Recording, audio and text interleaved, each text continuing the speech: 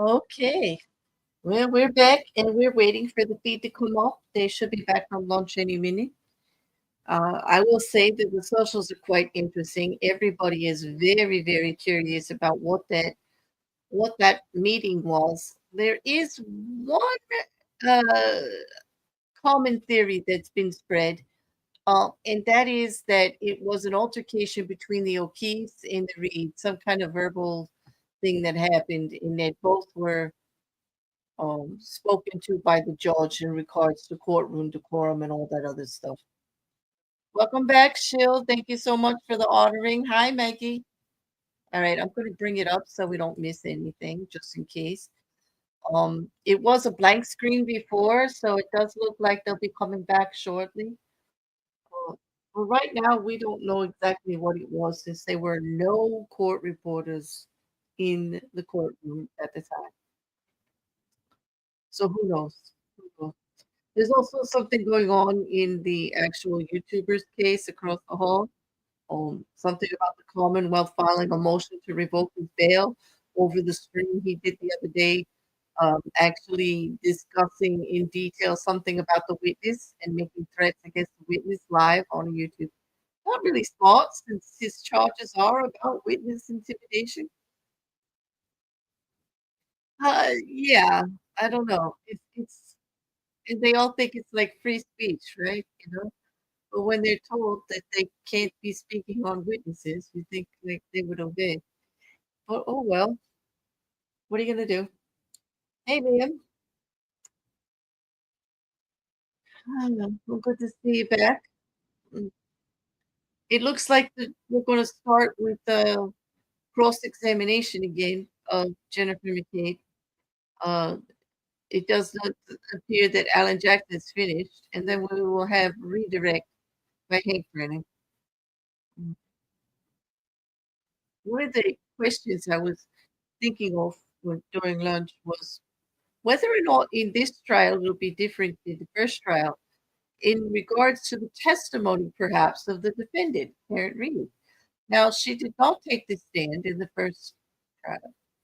However, the defense didn't play her own words from interviews either.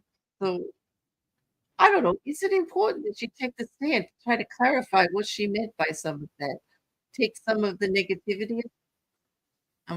Is it more probative than prejudicial for her to take a stand in this second trial? Hmm. What do you guys think? I'm thinking the defense will probably advise her not to.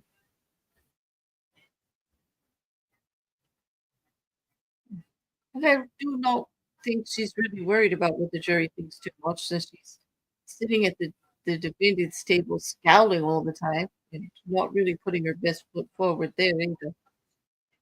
So maybe it's not her focus at the moment.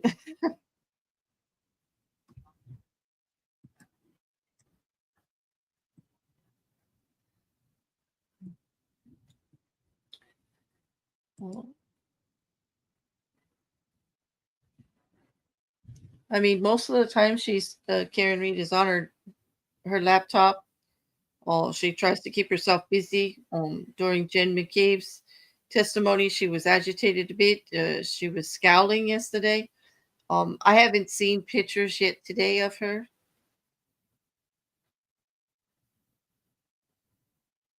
Thank you, Maggie. That's very nice. We appreciate it. I'm glad you're enjoying it here. It might be the jury's focus, though. Yeah, mm, I'm thinking that they are paying attention to her, especially during certain testimony. Um, and I don't really see that it's putting her best foot forward. But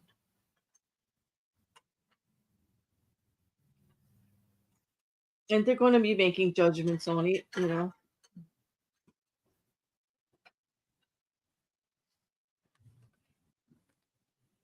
Mm. I think that they have a difficult case to prove, but I think they're doing a good job.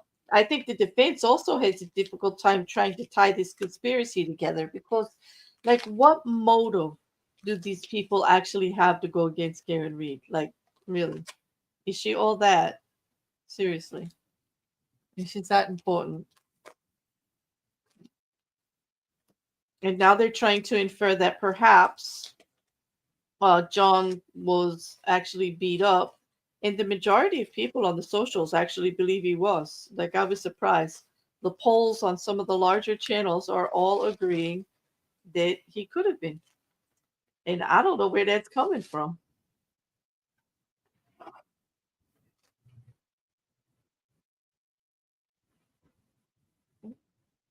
Well, I guess we'll see.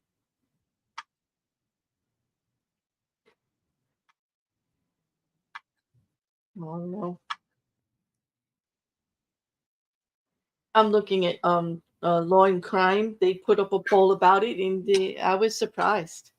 But also, Law and Crime put up a poll yesterday that said that 80% of the people in that chat actually think that Karen Reed is innocent and that she's being set up.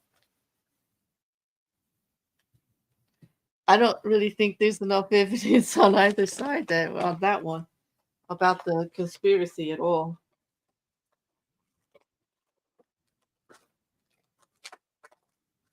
I guess until we hear the testimony of the medical examiner and the rest about the injuries, we really can't go there in regards to whether he was beat up or not. Based on what happened at the waterfall, I don't really think so. Based on the timing that was put out there by the Celebrite expert, I can't see where they'd have time to do it in the house. I mean, he pretty much proved with the battery temperature that that phone stayed outside all that time. It's not like he went inside and they dragged him back out. Um, Alessi was only able to get 4 seconds of doubt. 4 seconds of doubt is not enough for all of this to happen. Hi, Makita. How you doing? Mhm.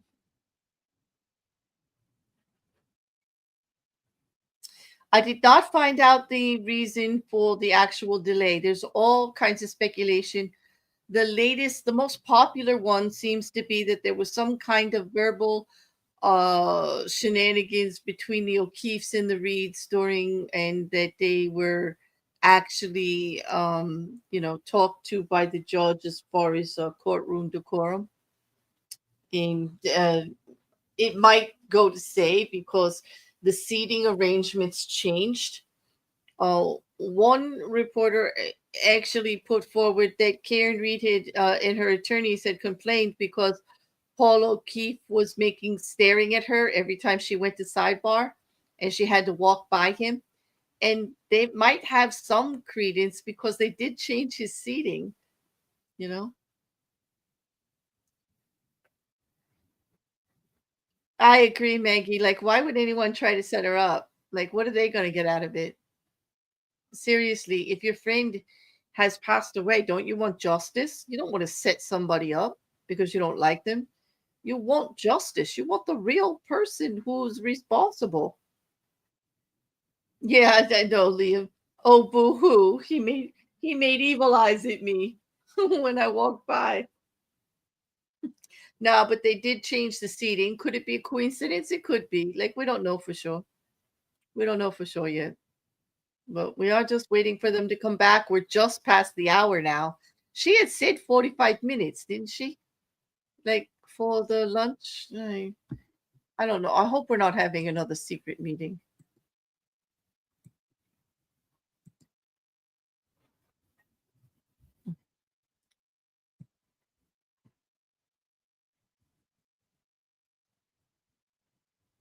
Hmm. I'm just looking to see if anything else. I don't see anything else on that meeting, you know. But whether we'll find out the actual reason, who knows?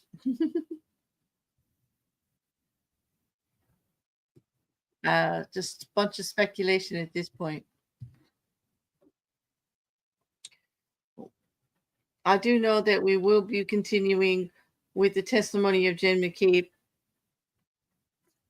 after the lunch break. They should be coming back shortly. And at that time, it will still be in the hands of the defense. I do believe that Alan Jackson is still going to be doing his cross exam. After that, we will have, if there is time before court ends today, they will finish with the redirect of Hank Brennan.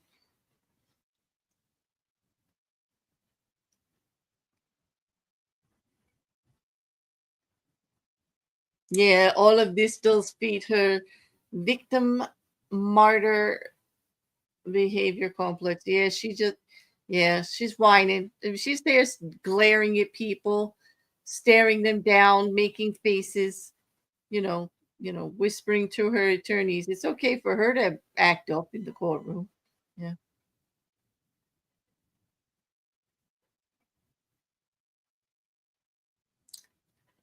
I thought, that's what I was thinking too, Couch, that we'd probably know by whether the judge says to the jury to disregard gallery shenanigans. At least that be an indicator. And this is true. And that was not said when they came back, when they brought the jury back in. So I don't know what there's all kinds of speculation. I have no idea. At this point, I could say I have no idea at all. You know,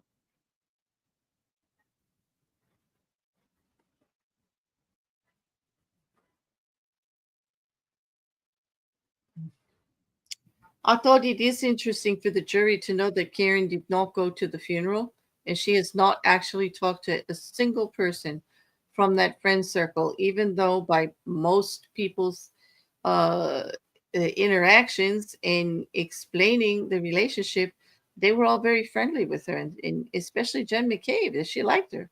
She didn't have any problem with her. I could see maybe perhaps the uncomfortableness about being around his parents, but why all the others?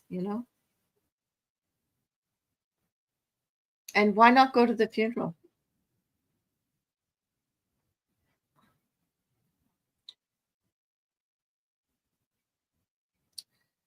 Did anyone else notice during the 911 call that Jen was physically showing signs of PT? She did seem rather agitated. I do agree. And hi, how you doing? Mm.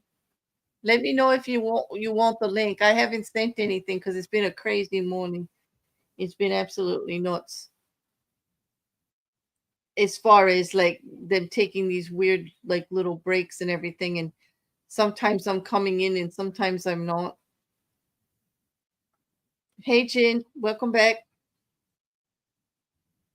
I would imagine testifying in this case over and over again could be very traumatic for all of those who have lost their friend or their family member. It's very difficult. I know, Maggie, the gossip and conspiracy is just out of control, isn't it? You know? It's hard for me to understand sometimes too. Doesn't make any sense actually. A lot of the conspiracy theory doesn't make sense to me. Okay. They're coming back. I hear noise.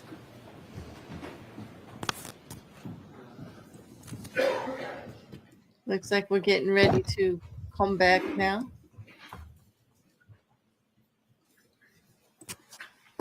How's the sound, everyone? Am I too loud?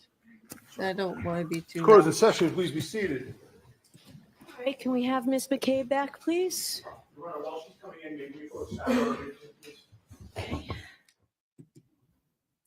Okay, so bringing in the jury and bringing up Miss McCabe again. So court is resuming.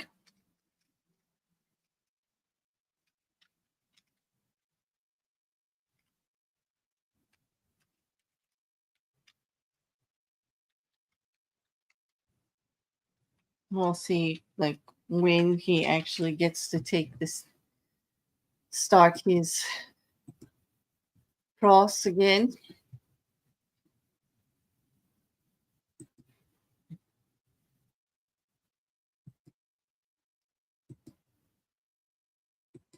Now the sound is off, but we can see somber faces.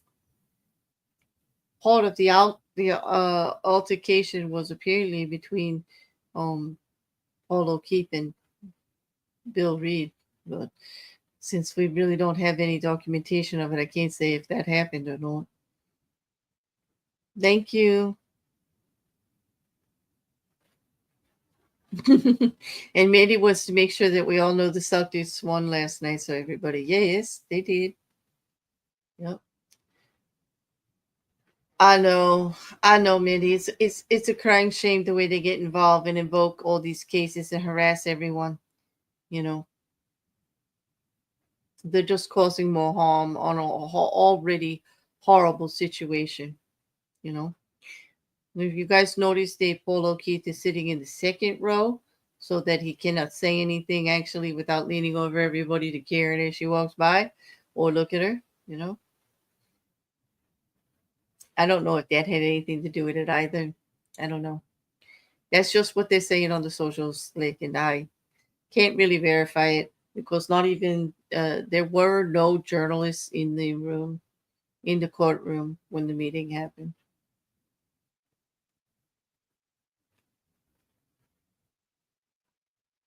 So unless the court confirms it, like it's all speculative, and I can't really say one way or the other. I wonder if the rumor about Karen Reed getting upset by being looked at was one of the 80% who thinks she is being saved. It could be. I mean, it's like there was a very big number in the law and crime chat, like when they were doing polls yesterday and today. Hi, Sean. Welcome.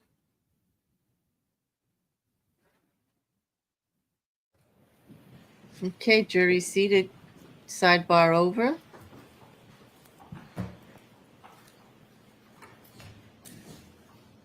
right, sorry about the delay, jurors. We were told that we blew a fuse, and that's why we couldn't get started on time. So these old courthouses. So, all right, we appreciate your patience. Go ahead, Mr. Jackson. Thank you, Your Honor. Ms. McCabe, when you first saw Ms. Reed's SUV pull up, very shortly thereafter, you sent a text to John O'Keefe, correct? I walked to the door, saw the car, and that's when I sent him a text, yes. Right. So you walked up to the door, saw the SUV outside, and then texted him something at that, basically while you're standing at the door. I believe so, yes. What did you text him? Here? Okay. That was, do you remember the time? I don't know. Would it refresh your recollection if you were to look at a series of text messages contained in a Celebrite report? I think you've seen this before. Sure. May I approach, Your Honor? Yes. Thank you.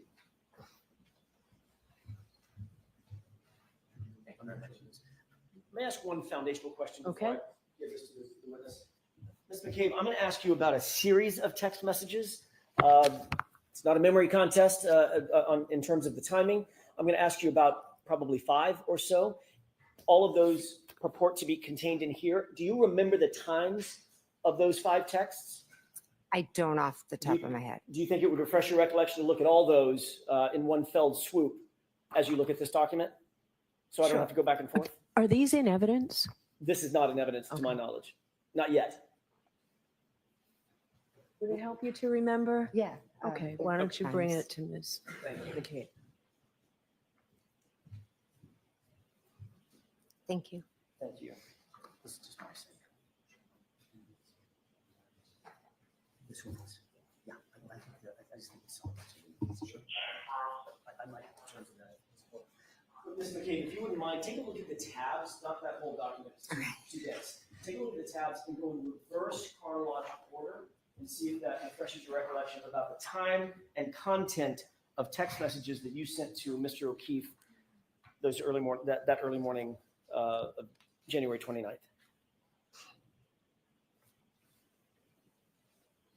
Okay. Yes. May I approach? Yes. Thank you.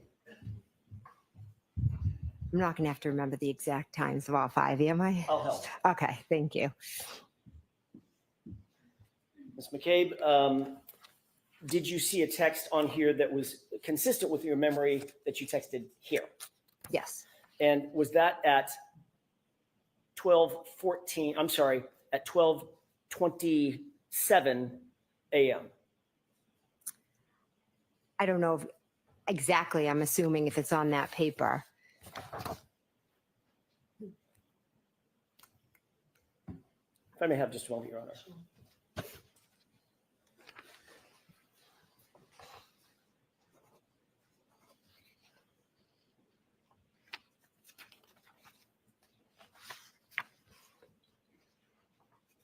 Why don't I see counsel at sidebar for just a minute? What is this sidebar about? First of all, there are, oh, this isn't in evidence, and he's trying to put this through for, like, I don't know. This referencing is just a way to get her to say stuff which she may not have actually remembered at the time. I get it, Liam. Like, he's trying to elicit the testimony he wants any way he can get it.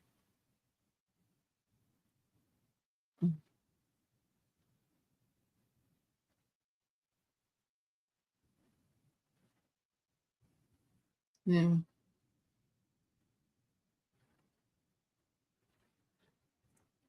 I have no idea why she's calling this one, but it could be about the text messages.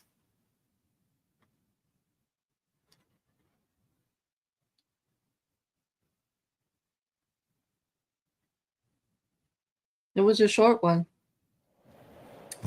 Ms. McCabe, we're going to make it a little easier for you, okay? Thank you.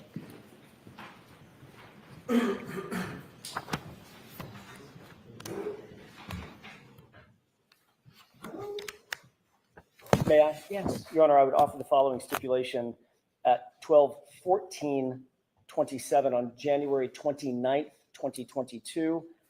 Text message from Jen McCabe to, text message from John O'Keefe's phone to Jen McCabe's phone. Where to?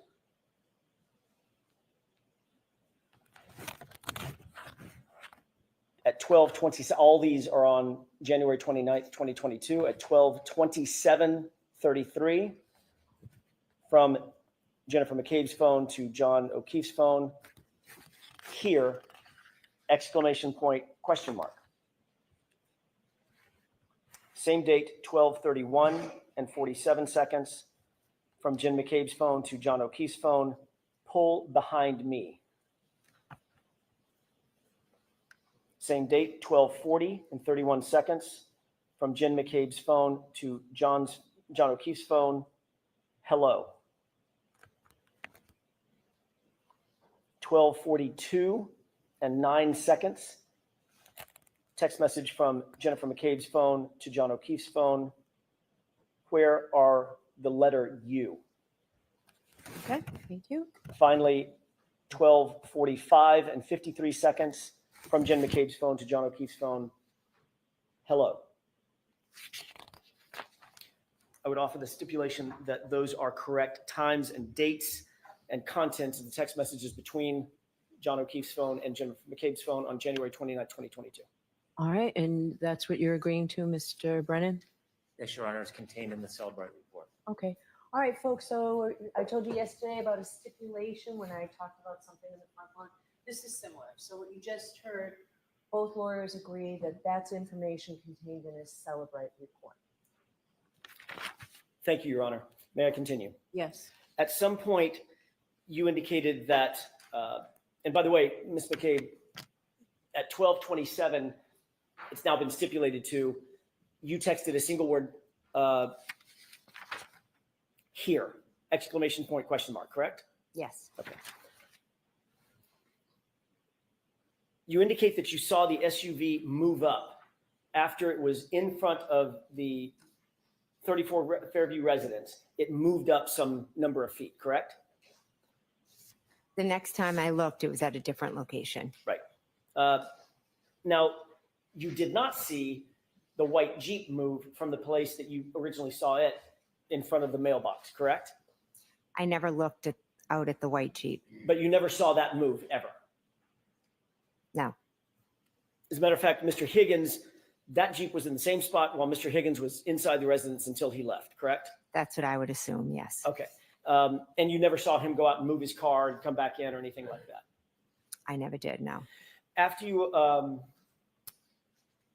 it's fair to say that once you noted that the SUV, Miss Reed's SUV, was in front of the location, you started paying some attention to it.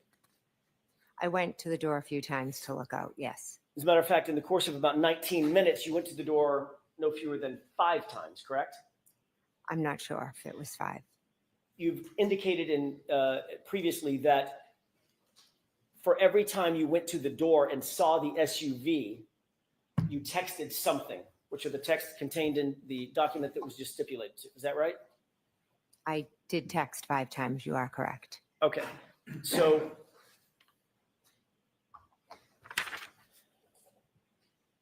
it's fair to say if you texted 5 times, then you went to the door 5 times, if those were associated with one another. You walked up, look out the door, see the SUV, and text something. Here, pull behind me, where are you? Those texts, correct? I remember going to the front door, seeing the car, and texting here. When I went to the door the second time, the car had moved up towards the flagpole, and I texted, pull behind me, because I thought, did they not know where to park? Did they think they were at the wrong house? So my question is this. Every time you went to the door, you texted something. I'm not sure that I did, yes. Do you remember I'm not sure that I did, sorry. Do you remember a year ago testifying that every single time you texted, you indicated that you looked out at the SUV and saw something that prompted you to text something? Am I aware that I said that? Correct, that you testified to that. Could you show that to me, please? Sure. Thank you.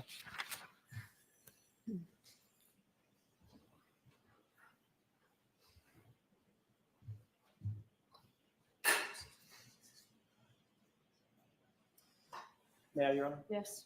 Take a look at the highlighted Sure. portion and just read that to yourself. Let me know when you're finished.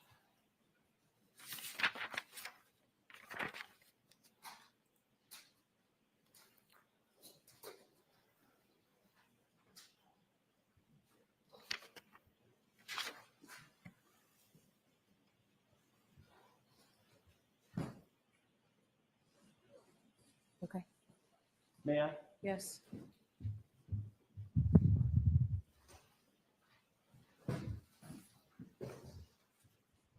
Ms. McCabe, does that refresh your recollection about the issue we were just talking about? I see what's written down, yes. Okay. Did you testify in answer to the following question? And as a matter of fact, you looked every single time that you texted, you indicated that you looked out at the SUV and saw something that prompted you to text something, correct? Answer, correct. I answered correct to that, Okay. yes. So if you looked out, I'm sorry, if you texted 5 times, that's all I'm getting to, you went to the door about 5 times. I'm not sure. I remember definitely going twice.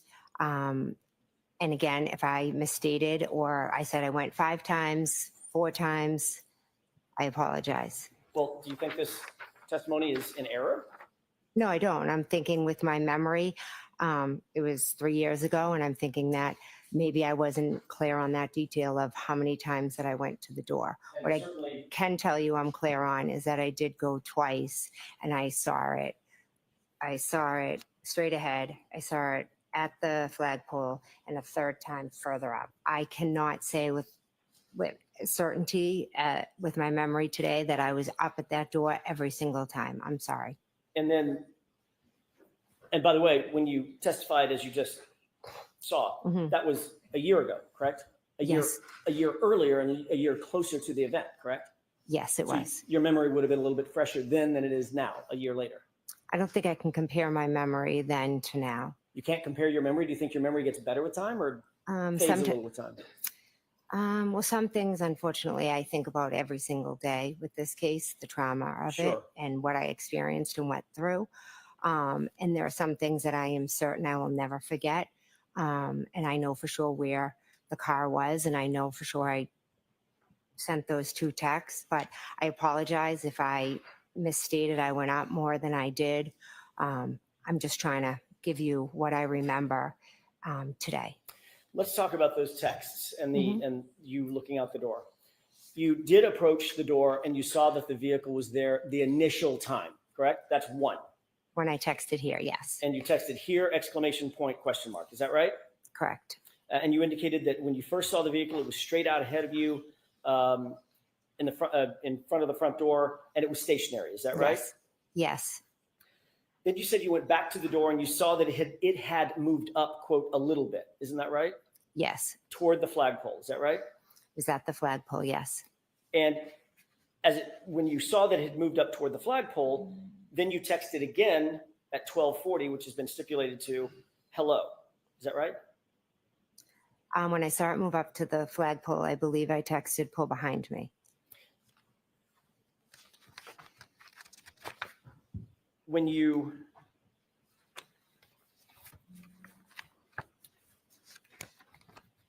went the second time,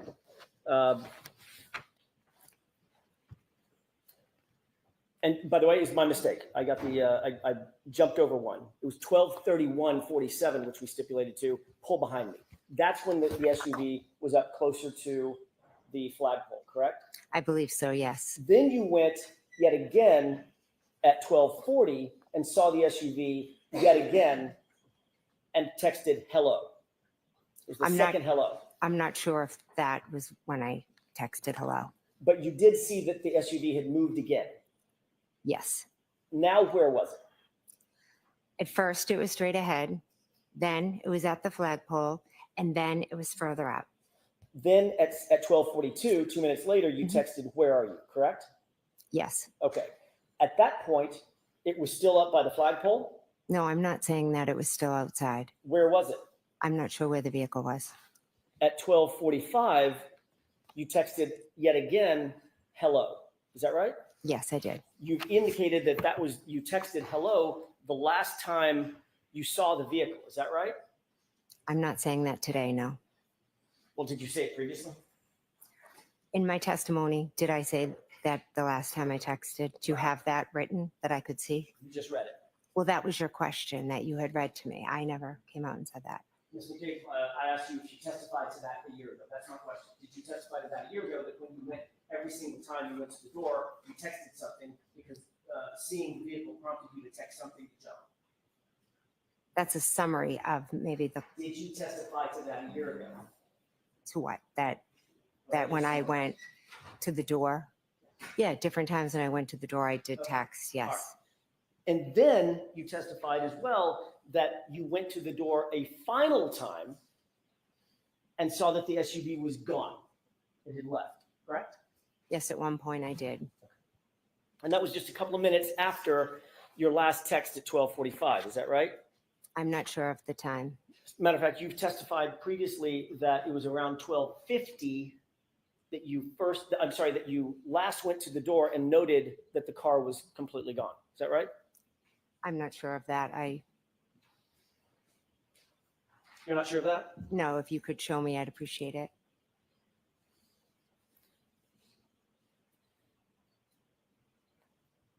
At some point, did you note that the vehicle was gone? Let's get to that.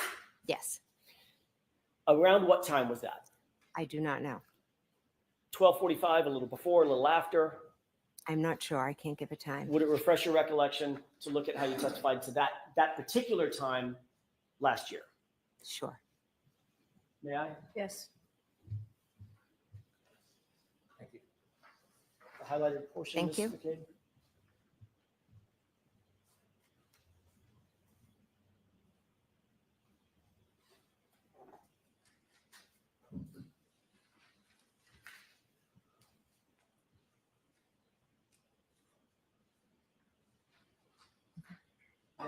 Yes. Ms. McCabe, does that refresh your recollection as to what time last year you indicated that you went to the door and saw that the SUV was gone? It says on the paper that I was asked if after 12:45 it was gone, and I answered correct. Okay, I never gave a time. all right. And that coincides with the last hello that you texted to John's phone, correct? Again, I don't have that paper in front of me. Is that the Well, that's time? the stipulation. That's what you don't need to worry about Okay. that. That's been stipulated to. Your last hello text was at 12:45. Okay.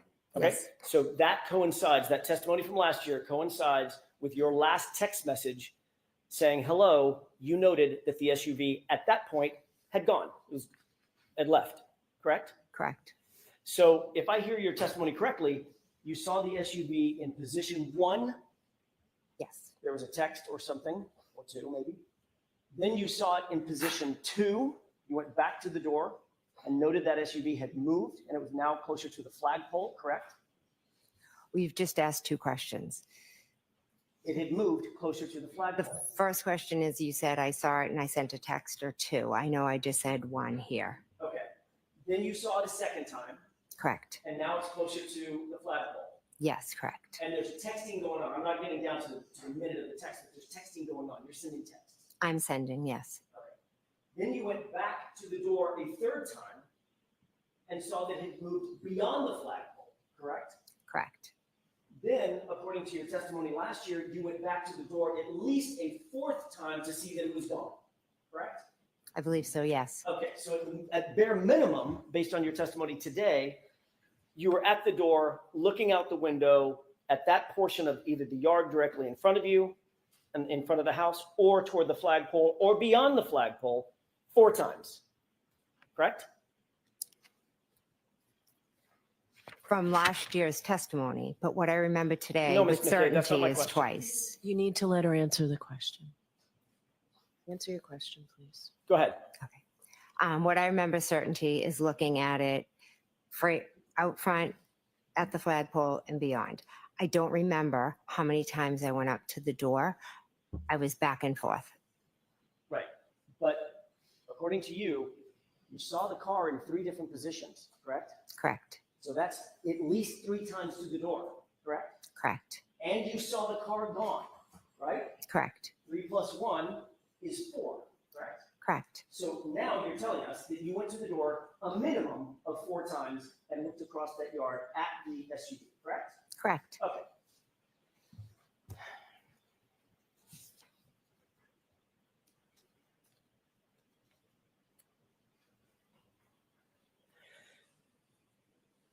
You had a clear view of that SUV as you looked out that storm door every time you went to the door, didn't you? It was dark and snowing, but I could see a vehicle out there, yes. As a matter of fact, you've indicated that it was a clear view. There was nothing obstructing your vision, correct? No, there was nothing but the weather conditions. And you indicated that, and by the way, the blizzard had basically just started. There was a dusting on the ground. It was snowing. It was accumulating. Right, but it was early in Correct. the storm. Oh, yes, absolutely. Right. And when asked about whether or not you had a view, well, let me ask it a different way.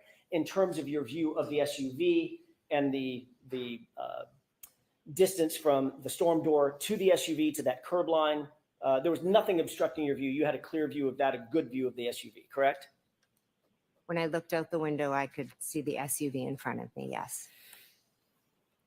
At no time during any of this interaction with the door, meaning going back and forth to the storm door, texting, looking outside, seeing the SUV in position 1, seeing the SUV in position 2, seeing the SUV in position 3, at no time did you hear any noise that was unusual, did you? No, I didn't. You didn't hear any screaming? No, You didn't hear any yelling? no, No loud voices? no, No foul language? no, You didn't hear a door slam? no, You didn't hear a verbal argument or a fight of any kind? no, You didn't hear a revving engine? no, You didn't hear the squealing of tires or the scraping of tires on the pavement? no, You didn't hear a collision take place no, or a crash no, or screams for help, no, moaning, groaning as if someone was in distress? no. As you looked at the SUV the first time, you've already indicated that you had a clear view straight out the door, right? It's right in front of the front door as a crow flies, right? It's not at an angle. Right there. Correct. Okay. You also previously indicated that you saw tire tracks in the roadway. Yes, In that very, very light dusting of snow, the accumulation that you talked about, you saw tire tracks of some sort. yes. So that's down on the ground, beyond the yard, somewhere in the roadway. In the street, correct. You had a good view of those tire tracks as well, correct? Yes. As a matter of fact, you were able to describe those as sort of almost a wave, I think you once said. Yeah, across the street. I could see it because of the street light that was across the street. Okay, and that presented at least enough illumination based on your view. You could see the tire tracks in the snow. Yes, over to the left, yes. And you've detailed not just the shape of those tire tracks as being sort of like a wave, but where those tire tracks were, correct? No, look at this. Yeah, Where did you see them? I believe over to the left, if I'm looking out straight. Oh, sorry, straight. So if you're looking outside at the SUV, I'm just going to turn my back to the jurors for a second. For perspective. If you're looking outside the door, when you say straight out, the SUV is straight outside. When you say to the left, you mean to the left of the SUV on the ground. That's where you saw the tire track. Yes, Like somebody might parallel park or something. kind of a wave. Yeah, I can't really explain what it was. I just saw it. You weren't paying special attention. You weren't looking for tire tracks, were you? No, when I glanced out, I saw it. You weren't looking for anything in the roadway at that point. You just glanced out. There was something in your peripheral vision, and you made note of it. Yes.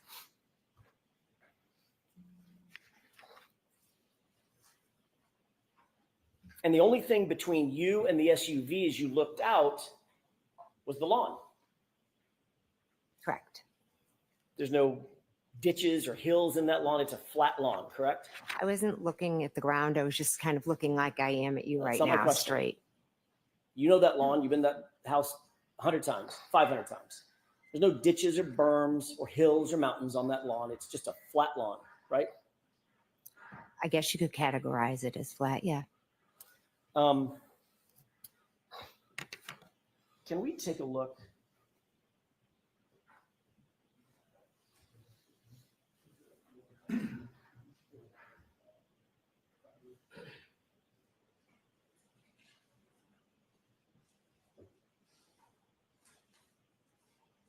May I approach, Your Honor? Yes.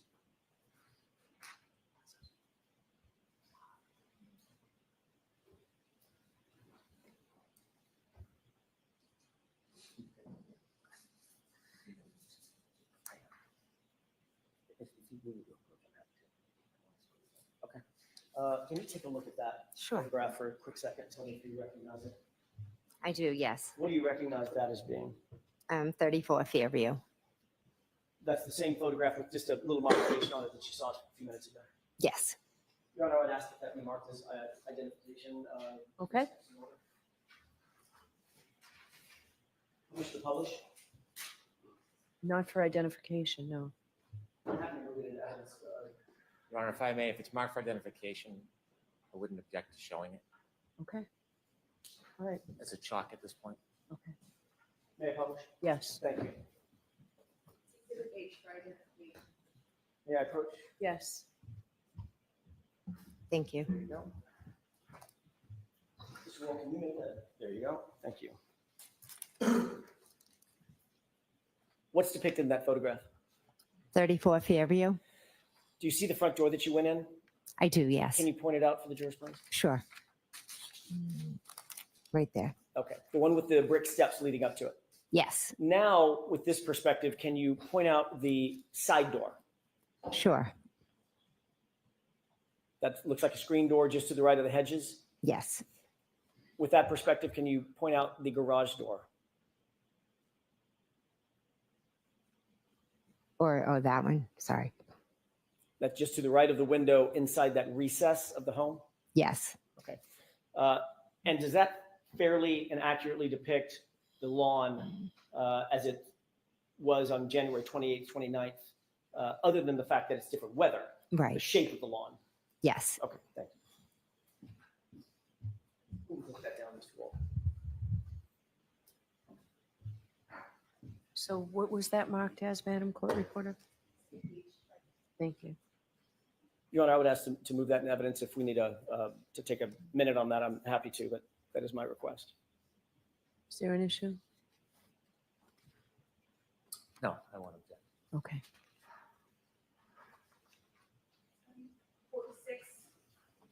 Thank you, Your Honor.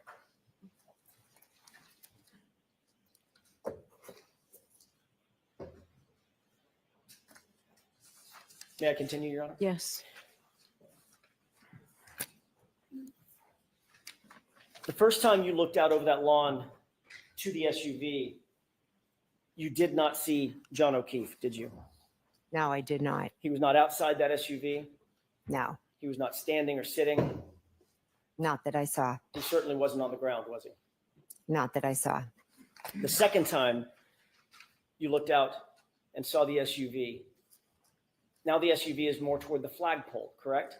Yes, And you had a clear field of view between you standing at that door and the SUV. You've already described that view, correct? I can see the SUV, correct. Correct. And you could see everything in front of the SUV as well, couldn't you?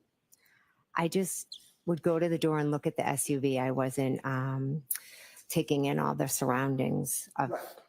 But just like you weren't taking in the surroundings, specifically looking at the tire tracks, when you saw the SUV sitting right in front of you, you saw the through your peripheral vision, you know, the tire tracks. Yes, and that's lighted where around the SUV was very dark. I haven't asked you about lighting yet. We'll get to that. I'm You know sorry. the tire tracks, even though you weren't looking for tire tracks, right? Yes, I did. Something that stood out to you in your peripheral vision. Just looking out. There they are. Yes, absolutely. That second time you looked directly at the SUV with no obstruction between you and the SUV, you did not see John O'Keefe standing outside the SUV. No, He wasn't sitting down. no, He wasn't lying down.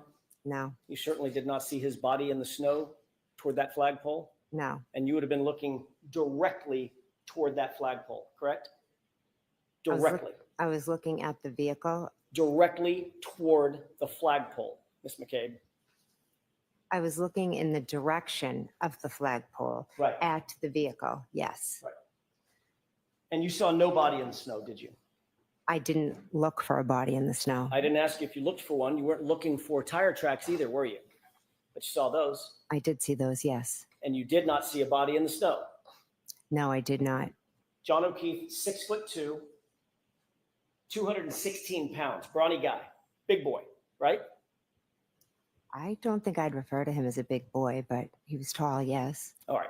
You certainly didn't see him prostrate in the snow the way you found him the next morning, correct?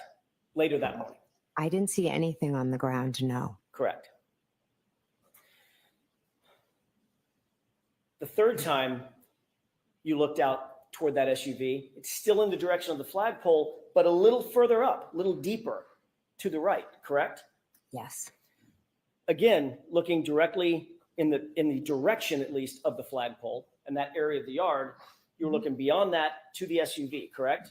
Yes. You did not see John O'Keefe standing outside the vehicle. I did not. No. He was not sitting outside the vehicle, No. and he certainly wasn't lying on the ground, was he? I didn't see him.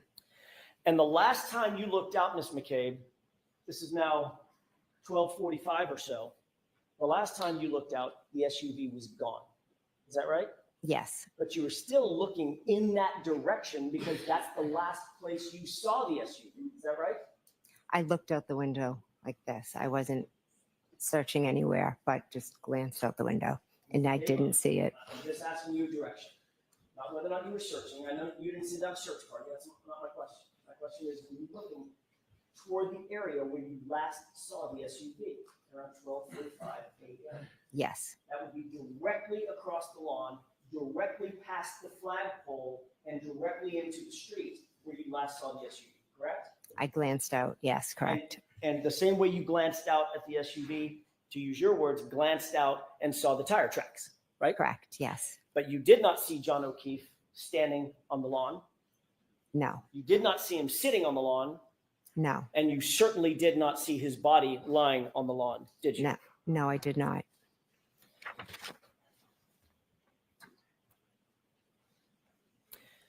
Ultimately, you left the location that night, the gathering, that 34 Fairview. Is that right? You didn't spend the night there? No, I went home. About what time was it that you left the location? Approximately, it was after 1:30. Approximately 1:30, 1:45. So this is maybe an hour later, later than what we've just been discussing. Yes. Seeing the SUV. Who did you leave with? I left with my husband, Matt, and Julie Nagel and Sarah Levinson. Who was driving? Sorry, my husband, Matt, was driving. And where was Sarah Levinson and Julie Nagel sitting in that SUV? They were in the back seat. By the way, what kind of SUV were you in that night? A Yukon. Big- Four-door, yeah, extended big- seating. Yes. When the SUV pulled out of the drive, it was in the driveway. Yes. When the SUV backed out of the driveway, doing a 3-point turn, backed out of the driveway, did it go toward Chapman or did it go toward Cedar Crest? It went towards Chapman. So as you backed out of the driveway, you would have been heading up toward the flagpole side of the property rather than back toward the driveway side of the property, correct? Correct. You would have driven directly adjacent to the area where John O'Keefe's body was later discovered at 6:04, 6:03 a.m., correct? Yes, correct. You were seated in the passenger seat of the vehicle, not the driver's seat. Correct. You were seated in the front of the vehicle, not the back seat. Correct. You would have been closest to the yard as y'all drove past, correct? Correct. That's a newer model Yukon. I'm assuming that the headlights automatically turn on at night. Yes. So the headlights were illuminated. Yes. Did your husband, Matt, did he turn on the brights or did he leave the beams on low? Or do you know? I don't know. But certainly the area in front of that SUV, that Yukon, was well lit. The lights were on. Yes. You did not see anything out of the ordinary as you drove right by that location, did you? I was looking in the back seat when we were driving. Did you see anything out of the ordinary on that lawn as you drove by in that SUV? No, because I wasn't looking at the lawn. You certainly did not see John O'Keefe dressed in dark clothing laying prostrate in the lawn. No, I did not. You said that you were turned around talking to the other young ladies in the SUV, Julie Nagel and Sarah Levinson. Is that right? Yes. You indicated that you were engaged with them about a conversation having to do with bread and maybe peanut butter or something. Yes. You didn't, as you passed by that location adjacent to where John's body was later discovered, you didn't hear Julie Nagel say anything out of the ordinary about having seen something. No. You didn't hear Sarah Levinson say anything out of the ordinary about having seen something. No. According to you, you were turned around, directly engaged with both these young ladies as you passed by that area where John's body was later discovered. Is that right? When we pulled out, I turned around and I was talking to them about the bread and the peanut butter. I'm not sure exactly where we were driving, but it was when we pulled out. Yes. You certainly never heard anybody say anything like, what was that, or anything close to that. No, I didn't.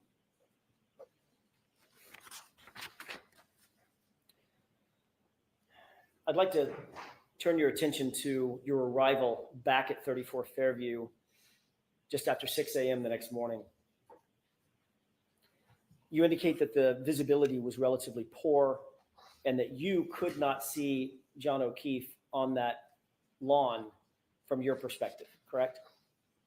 The visibility was extremely poor, and no, I could not see him.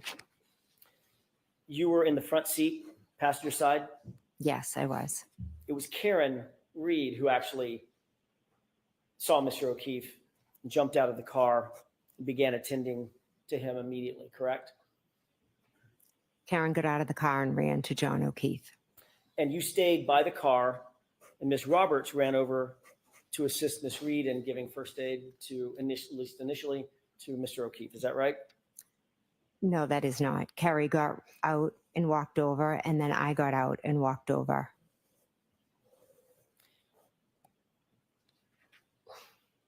You indicated that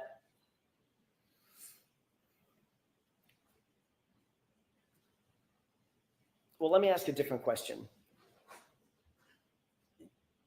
Yesterday, you testified in pretty significant detail that when you got out of the car, you could not see anything even close to the flagpole, correct? Visibility was very bad. Yes. Matter of fact, you used the word whiteout conditions. Is that right? Yes, I did. Whiteout conditions, you basically can't see your hand in front of your face. I wouldn't say that extreme, but I used whiteout as there's just snow coming at you. You were specifically asked by Mr. Brennan, how close did you have to get before you could actually see anything of note where Miss Reed had gone? Is that right? Yes. You testified yesterday that you could see just merely shadowy figures of Miss Reed and Carrie Roberts, and it wasn't until you got very close over to them that you could see John, in your words. Correct. As a matter of fact, you followed that up by saying that that was the first moment, once you got basically on top of them, that was the first moment that you realized that it was John, that there was a body on the ground, correct? I said as I got close to them, I don't think on top of them. Fair enough. It's my words, not yours. You did say, quote, very close to them, correct? I'd have to see it, but Well, you just It was testified on- to it yesterday. If you remember saying, I could get very close to them. I know I said I had got very close to them or close to them, something like that. Okay. Yes. Mhm. I don't have a transcript of yesterday's testimony. I'm sorry. Last year, you testified to something very different than that, though, didn't you? No. Isn't it true that last year you testified that you got out on the passenger side of the vehicle, which is, we'll agree, the furthest side from the lawn, as Miss Roberts was driving from Chapman toward Crestview, Cedar Crest, correct? Yes. You testified that you were on the passenger side, and as you got out of the vehicle, you noted that Karen Reed was already at John. Is that right? As I got out and walked around the back of the vehicle, the shadowy figure of Karen had already gotten onto something. You further testified that as you got out of the vehicle, you noted that she straddled John, lifted up her shirt, and went to lay on him. And Miss Roberts went over and said started removing snow from John's face. Correct? I have the page and line number. Where are you, Sure. Mr. Jackson? May 17, 2024, RT. Where are you, Sure. Mr. Jackson? May 17, 2024, RT 114, lines 14 to bottom onto 115, line 4. Is that how you testified last year? I'm sorry, would you mind just repeating it? Sure. Thank you. You testified in substance that you were on the passenger side of the vehicle, and as you got out, quote, as I got out, end quote, she, Miss Reed, was already at John. You indicated that you saw her straddle him, lift up his shirt, lift up her shirt, and lay on top of him while Miss Roberts went over and removed snow from his face. That's how you testified last year, correct? Yeah. Is that how you testified last year? I'm not sure. I know Next question. Would it refresh your recollection if you were looking at a copy of your testimony from last year? I don't think looking at it would refresh my memory. I know I might have used different words, but the bottom line is I got out of the car, went behind the car, went over, and Karen had done that. Ms. McCabe, I'm asking, do you think it would refresh your, if you don't have a good recollection of how you testified last year on your own, sitting on that witness stand? I'm asking, do you think it would refresh your recollection to see your transcript from last year? I don't need to see my transcript. I know what I know and I know what I remember. So That's not my question. I'm not asking what you remember now. I'm asking how you testified a year ago, ma'am. whether I said it was as we're fighting over silly words, whether I said as I got out of the car, we were there. Words matter. They matter a lot. Okay, so remember, Mr. Jackson, no comments. Ms. McCabe, can I answer his question? Okay. Do you remember exactly how it is that you testified last year? I do not know.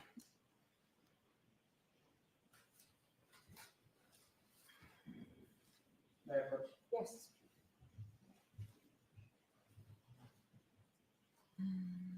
Thank you.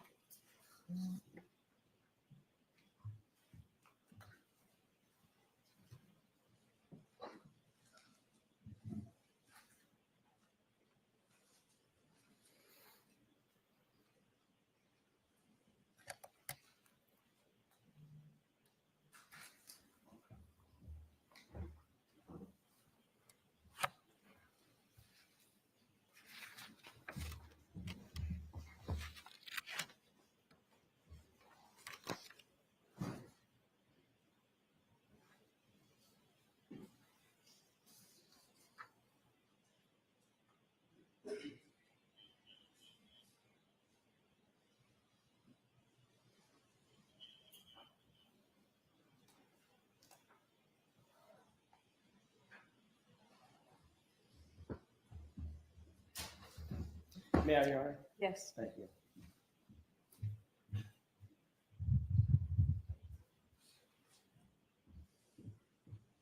Ms. McCabe, does that refresh your recollection as to how you testified in substance last year?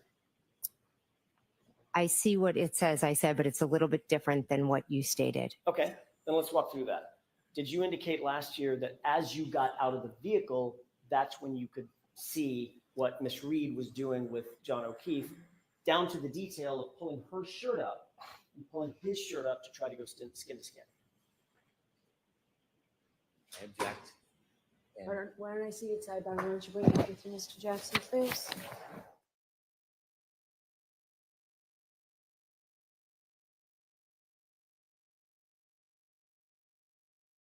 Sidebar. Is that sidebar while she was reviewing testimony? He's trying to get a very precise answer out of her, and she doesn't. And I think, well, I don't know where. If she's not going to actually commit to an actual time, I mean, he can keep saying it over and over. He can keep bringing this forward. He's trying to prove her point that they couldn't see him. How could she have seen him from 75 feet away in a blizzard yet? I don't know. But this is all, he's trying to throw some doubt there that they're involved somehow in this cover up of what actually happened.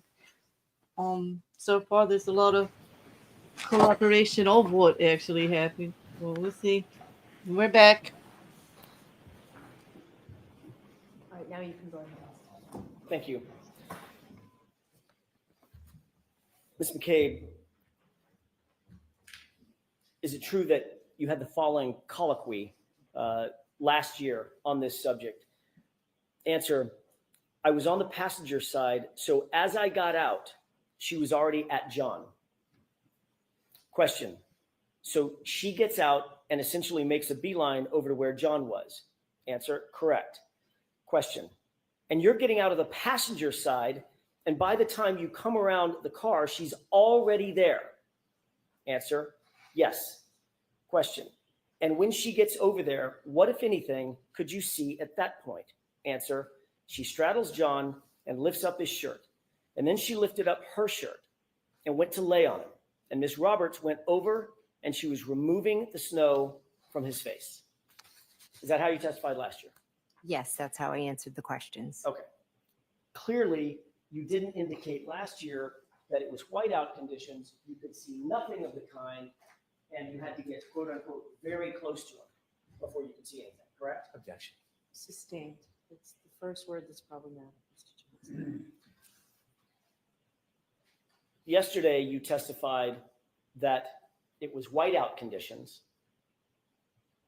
You had to leave the car, walk all the way over and get, quote unquote, very close to John before you recognized that it was even a body. Is that right? Yes.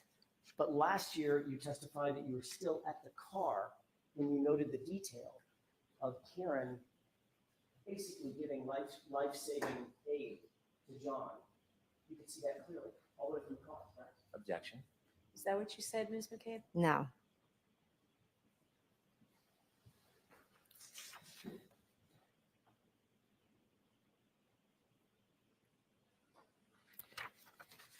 Is there a reason, Ms. McCabe, that you might wish to improve your testimony this year than last year, over last year, with regard to the distance that you could see Ms. Reed engaged with Mr. Okeefe? No. Are you trying to suggest or improve your testimony to suggest that you had no idea that there was a body there and nobody reasonably could have even seen a body there as you drove up? Objection. Is that what you're trying to say, Ms. Reed? Ms. McCabe, McCabe. Can you repeat the question, please? not sure. I'll give it a shot. I'm sorry.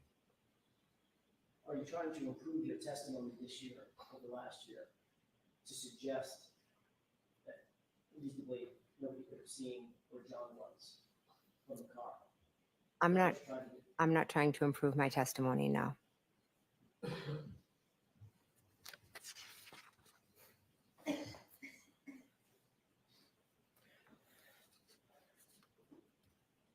You claimed on direct examination today, as a matter of fact, that Miss Reed looked at you at the scene and said the phrase, "I hit him, I hit him, I hit him." She said it 3 times, very distinctly, according to your testimony, correct? She did, yes. That was so impactful that it had the effect of putting you in some sort of shock and horror. Is that right? I was in shock the whole morning, but that statement definitely was a lot. And that's an incredibly memorable statement for you to have heard and now recount to us in this trial, correct? Correct. Something that you wouldn't easily forget or overlook. Is that right? Something I wouldn't. Something you would not easily Correct. forget or overlook. Is that right? Correct, yes. Matter of fact, some might say it's the centerpiece of your testimony. Objection. Sustained.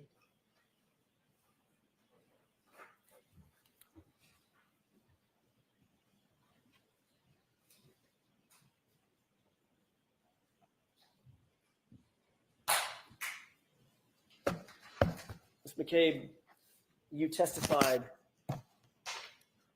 at a grand jury in April of 2022, did you not? I did, yes. Before you testified, you took an oath, very much like the oath that you took before you testified in this case, correct? Correct. You swore to tell the truth, the whole truth, and nothing but the truth, so help you God, correct? Correct. And that included the whole truth at the state grand jury, correct? Correct. That was only weeks, several weeks, but weeks after this incident, right? April 26th versus January 29th, 2022. Is that right?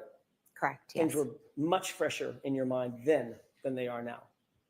I wouldn't necessarily say that. Especially something as momentous as an admission from my client that she hit him. Would you agree?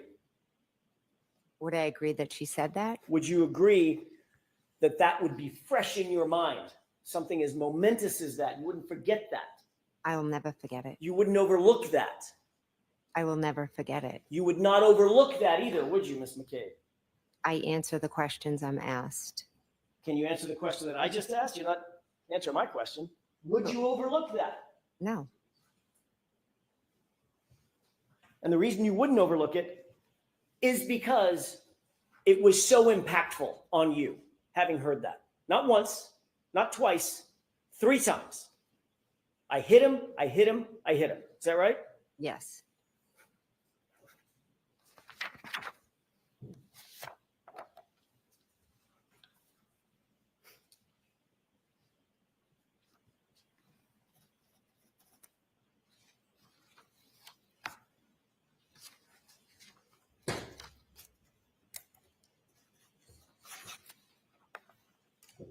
May I approach?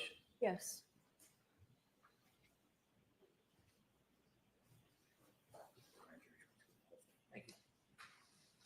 Thank you. Take a look at that document and tell me if you recognize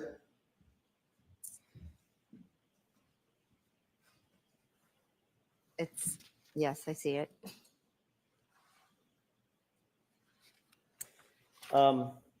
Is that a transcript of your entire testimony at the grand jury in April of 2022? I believe so, yes. You've reviewed it in the past? I have read it about a year ago, yes. You read it in anticipation of your testimony a year ago, correct? Yes, I reviewed it. Have you reviewed it in preparation for your testimony today? No, I haven't. Yesterday.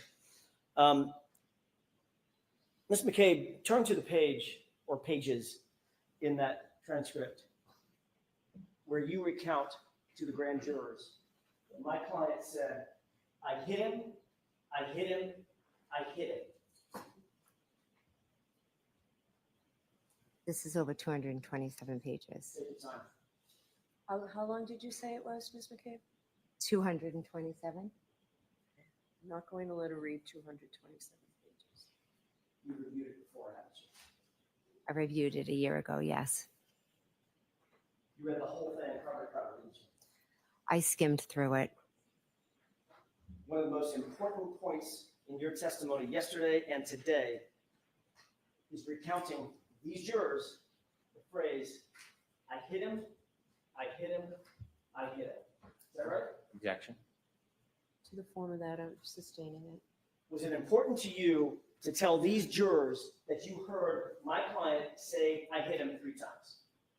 I answered the questions and I'm telling the Was it- jurors what I know. Was it important to you before testifying today that you recount to these jurors the phrase, I hit him, coming out of my client's mouth?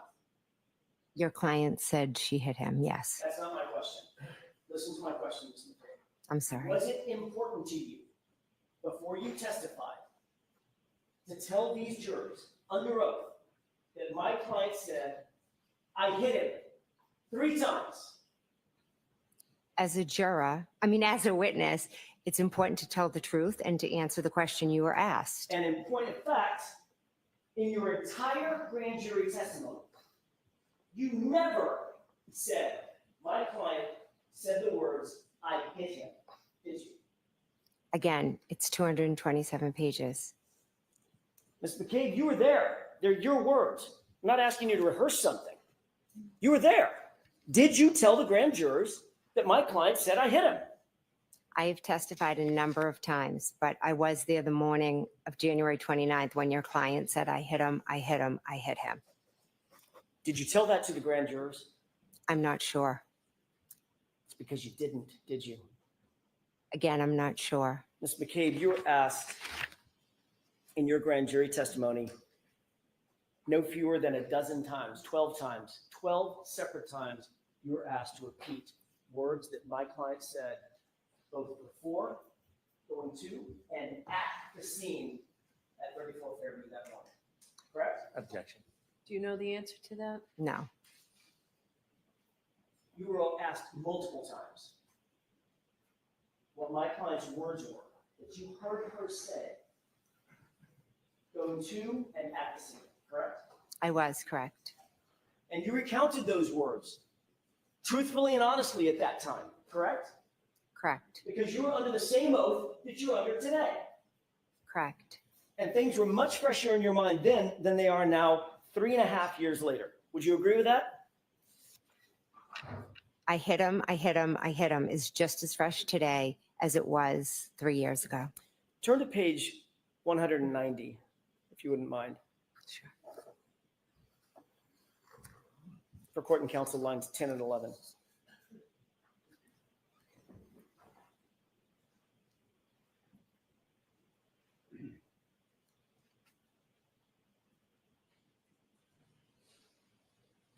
Which lines? I'm sorry. 10 and 11. Oh, okay, I'm sorry.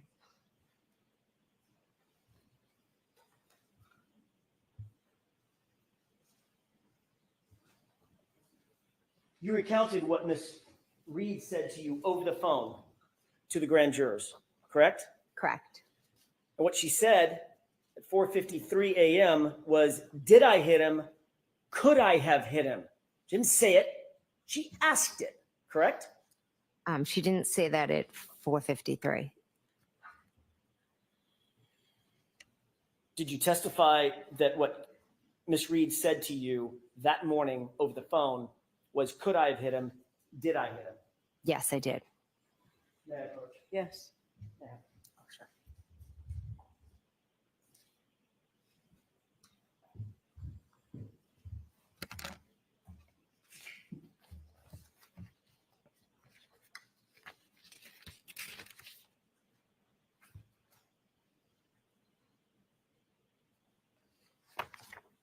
Just wanted to verify a page number, Your Honor. May I approach? Yes. Why don't you tell Mr. Brennan the page number? I will, with each one.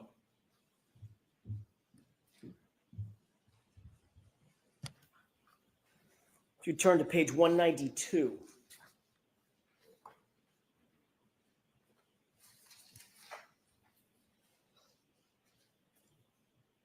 Line 4.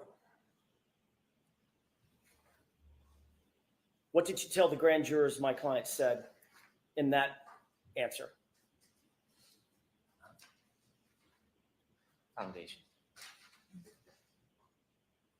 What are we talking about? I'll ask it a different way. Did you answer a question on page 192, line 4, concerning my client's statement? Did I answer a question? You were answering a question, correct? Oh, yes, yes. All right. I'm sorry. And the answer that you gave to the grand jurors was, she said, could I have hit him? Correct? Yes, that's part of the answer I gave. Turn to page 193. I'd object. So I don't want to have to see it sidebar. We need context in order for this to be admissible, Mr. Jackson. I have no idea what that said. Your Honor, everyone, The answer. I can make an offer of proof at sidebar if you Okay, wish. why don't you come to sidebar? Sure. And bring them.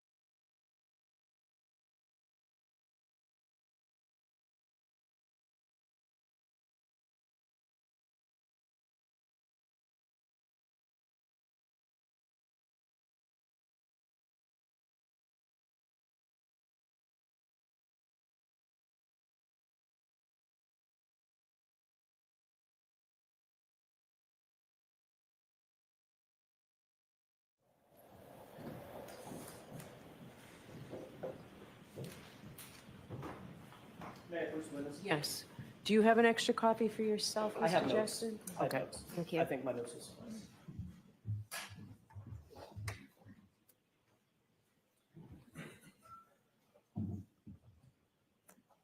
On page 192, line 4, for context, were you talking about a statement that was made in Karen's car on that morning before you got to the scene?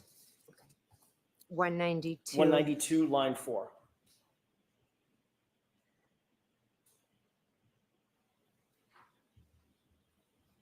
Yes, that was a comment you made in the car. And she said the phrase, you recounted that she said the phrase, could I have hit him? Correct? Yes, that was part of my answer. Take a look at page 193, line 1 through 2.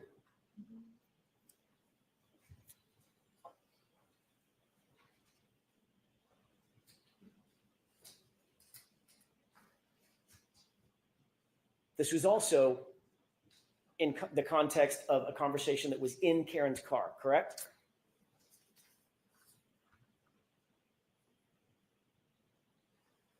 Yes. And the phrase that you attributed to my client was, could I have hit him? The question, correct? Yes. Page 193, line 23.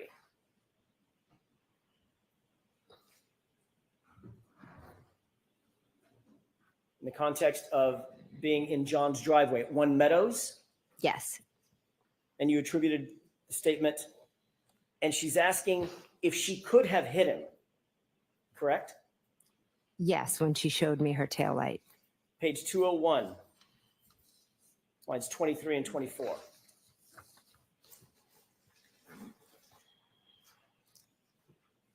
This is driving to Fairview. She asked, what if I hit him? Could I have hit him? Correct?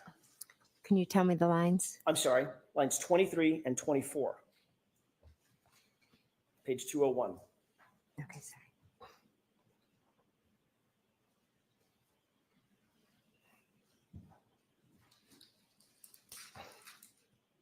Okay, I've read it. She stated, according to you, what if I hit him? Could I have hit him? Correct? Yes, she did. Page 202, top of the page, line 1 and 2.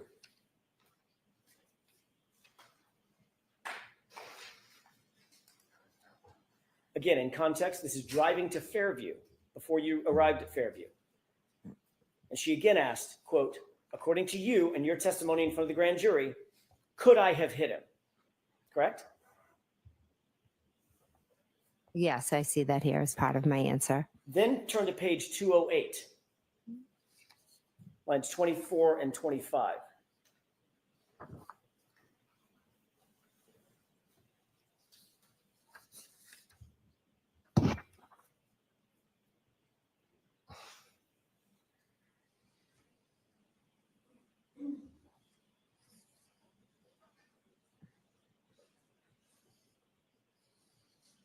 I'm sorry, what lines 24 and 25? Lines 24 and 25. Let me know when you've I've read them, thank reviewed you. those. For context, this is at the scene outside Fairview. Yes, And you told those grand jurors under oath, she asked, did I hit him? Could I have hit him? Correct? yes, On page 208, lines 24 and 20, I'm sorry, 208 and 209, going on to page 209, lines 1 through 3. You actually recounted to the grand jurors a conversation that you said my client had with a female EMT standing right there, exactly as you testified to today. Female EMT. You see that? I do, yes. And what did you say my client's statements were in front of that female EMT? In this, I say that she said, could I have hit him? Is he dead? It's actually, did I hit him? Oh, sorry, I missed that part. I Right. apologize. Did I hit him? Could I have hit him? Is he dead? Is he dead? Is he dead? And that was at the scene in front of the female EMT, exactly the scene that you're describing. You attributed the 3 statements to my client to today, right? There was many different times when we were talking to different EMTs, the female EMT, the men, the police officers. May I approach? Yes.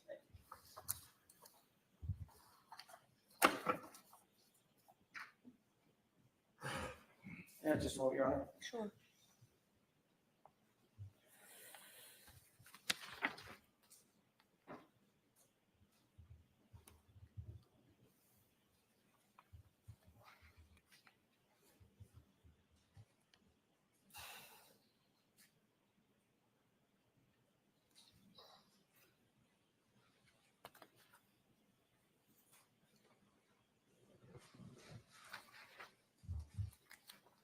Ms. McCabe, your full statement at page 208, starting at lines 22 through 25, going on to page 209,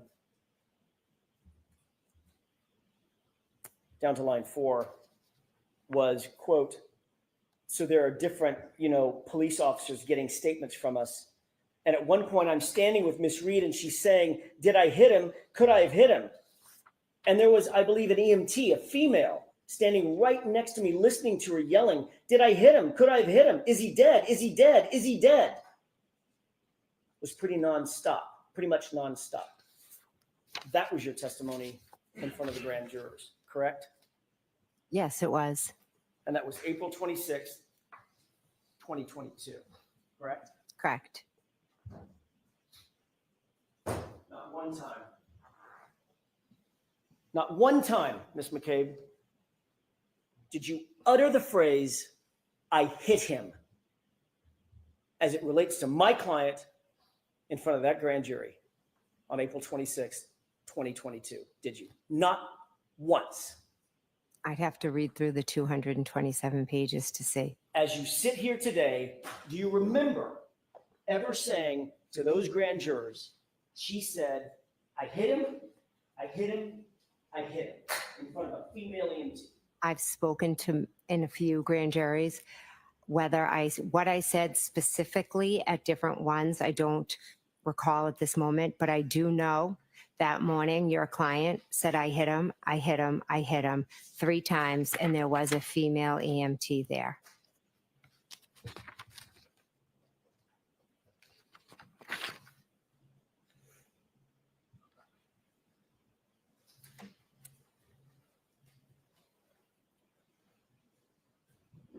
spoke with Trooper Proctor just the same day, right? January 29th.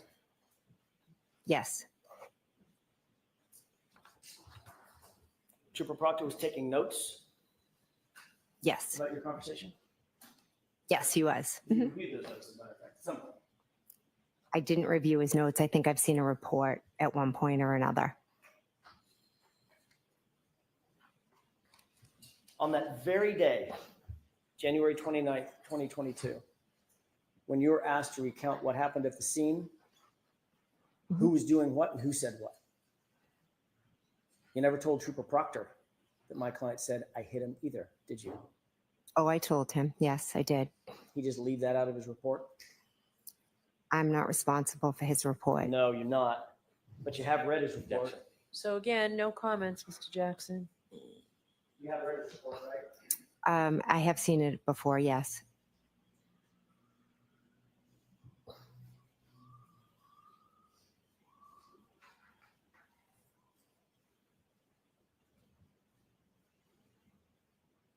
May I approach you? Yes.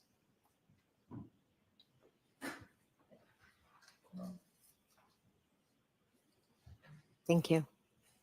You looked at that report for another particular this morning. Do you still recognize it? Yes, I do.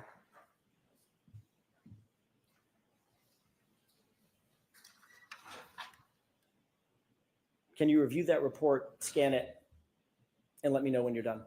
Okay, is there something specific I should be looking for? I don't think you're going to find it, Ms. McCabe. I Alright, hit him. So again, jurors disregard the comments. So it's question answer format only. My question is, do you see the phrase, I hit him, as it's attributable to my client in that report? Objection. System.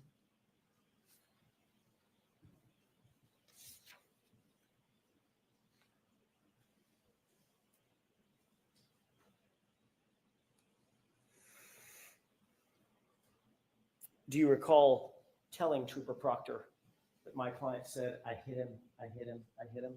Objection. Do you recall that? Yes, I told him. He was taking notes at the time. He was taking notes, correct? Those notes ended up being memorialized in a formal report. I'm assuming he, The report that you're holding. I object. Sustained. Does that appear to be a report of the January 29th, 11:35 or so a.m. interview that you did with Trooper Proctor? yes, it does. You said you reviewed that report in the past, Yes, in the past. and you're aware in no place in that report does the phrase "I hit him" show up anywhere, correct? Objection. Sustained. Can I approach? Yes.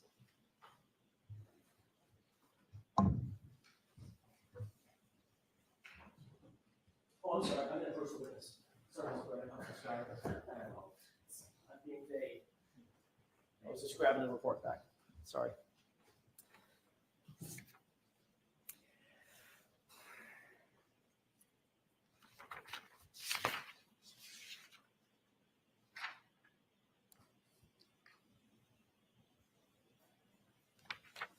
May I have just a moment, Your Honor? Sure.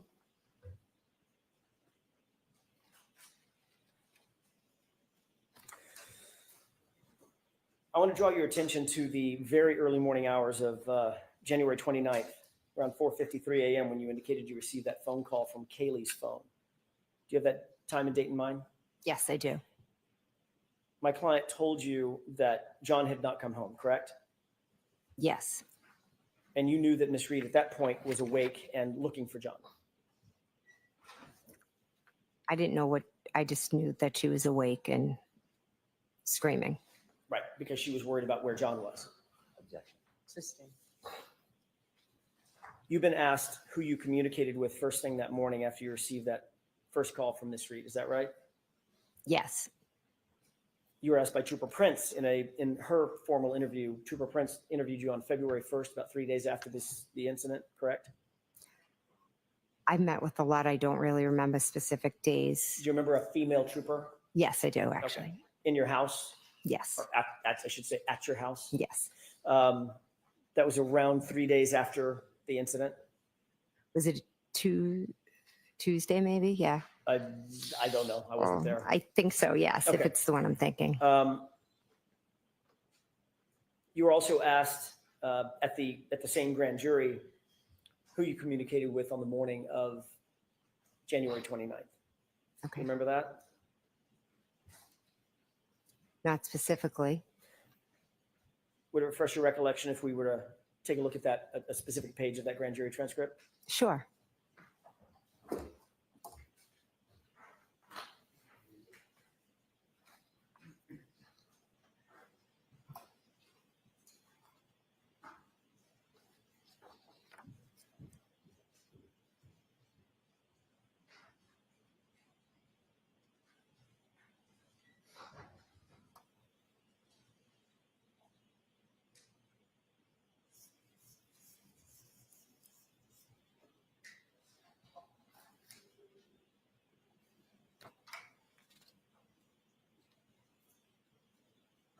Do you need a couple of minutes, Mr. Jackson? I do, Your Honor. So, jurors, why don't you stand up and stretch, okay?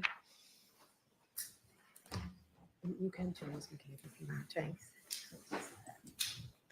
Well, I didn't know whether to unmute. I'm glad she said that because, like, I didn't know if he was going to, like, jump in or what. He's kind of all over the place a bit here. I Mr. don't Jackson, know. do you want a 5-minute recess? Sure. We're still going to 5 stop at minutes. 4, so really 5 minutes, folks. We'll have you go back. Oh, my. Okay, we are back after lunch. We're another hour and 15 minutes into small cross. Well, how do you guys think it's going? Me, at times, I'm getting flashbacks of Alessi. Yeah, I don't know. I don't know where he's going with all of this. I don't know. Yeah. I don't know what else to say except for I don't know. He's got me scratching my head. I mean, good defense attorney. Like hit all the issues, try to raise some issues here, try to mess with that timeline. My brain started to go some half-remembered country song lyric or something about a big back horse and a cherry tree. Oh, I know that song. I hear you. I don't know. He's trying to get her to say things that, like, she's not, When he's trying to impeach her on her last testimony, he's trying to poke as many holes. He's trying to make her look like a liar, a conspirator, a colluder, even. She's a strong witness, and he's doing everything he can. I imagine from moonlighting on Karen's boyfriend. Yeah, I just can't. He's trying a lot of usual flirt tactics. This time, he's on setting unrealistic expectations to present evidence. Yes, he is. And it's tough. It's tough. You go too far with this, you run the risk of losing the jury. I mean, Alessi did, and he's really good at this.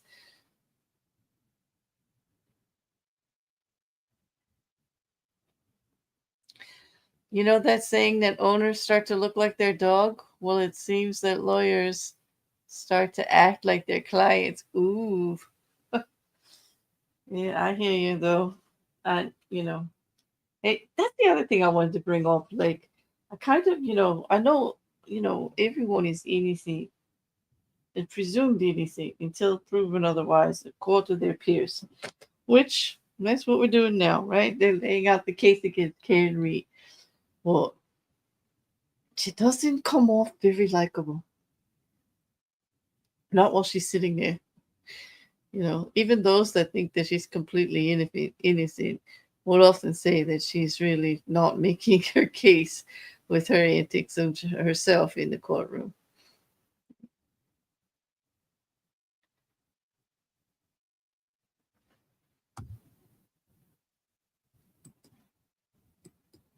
Hi there. Oh my gosh. I'm just, you know what? I'm just like barely keeping my head off the desk. Yeah, these guys Seriously. are going on way too long. Way.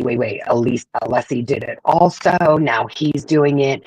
Yeah, Alessi did it with Whiffen, and people were just like falling asleep. Like, these guys need to figure out that the best thing to do would be to try to hit some really serious points they're trying to hit.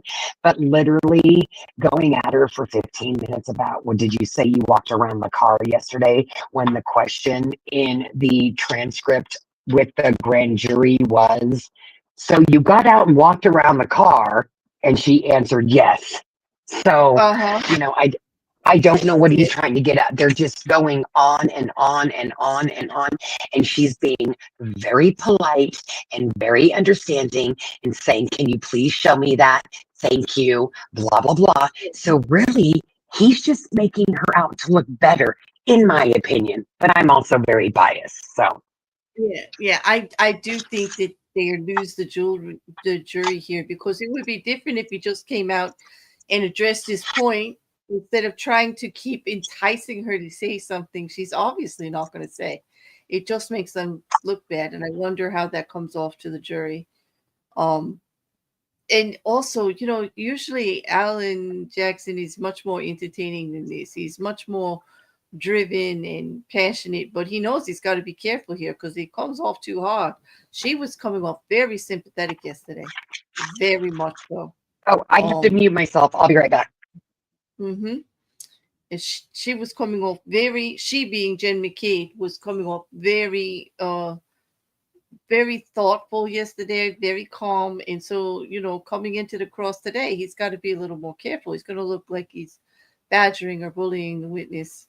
And it's not going to be really in the favor of the defense. This going round and round and round just makes it more obvious. Like, what are you getting at? This a nothing burger here. I would rather leave the jury with some really concise thought, on stuff, instead of just this, like, what were you getting at, this doubt, you know?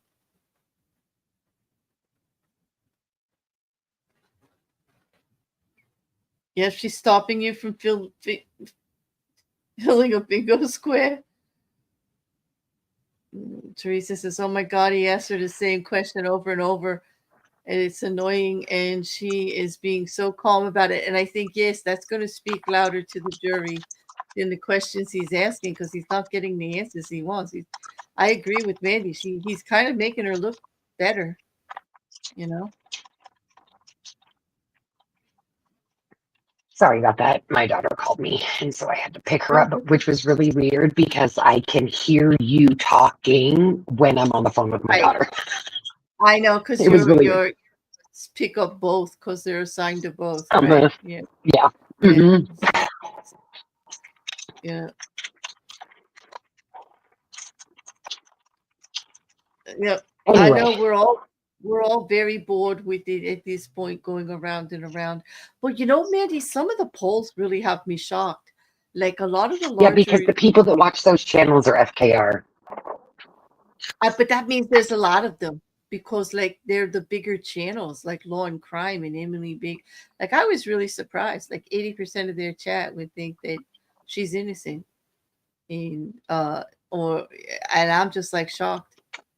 That's because those are the channels that are pushing the conspiracy. So the people that hang out in those streams are the people.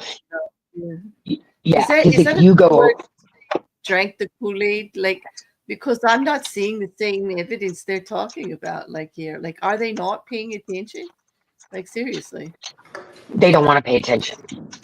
Yep. Well, here we are. We're back. Back in session, you may be seated. All right, you all set, Mr. Jackson?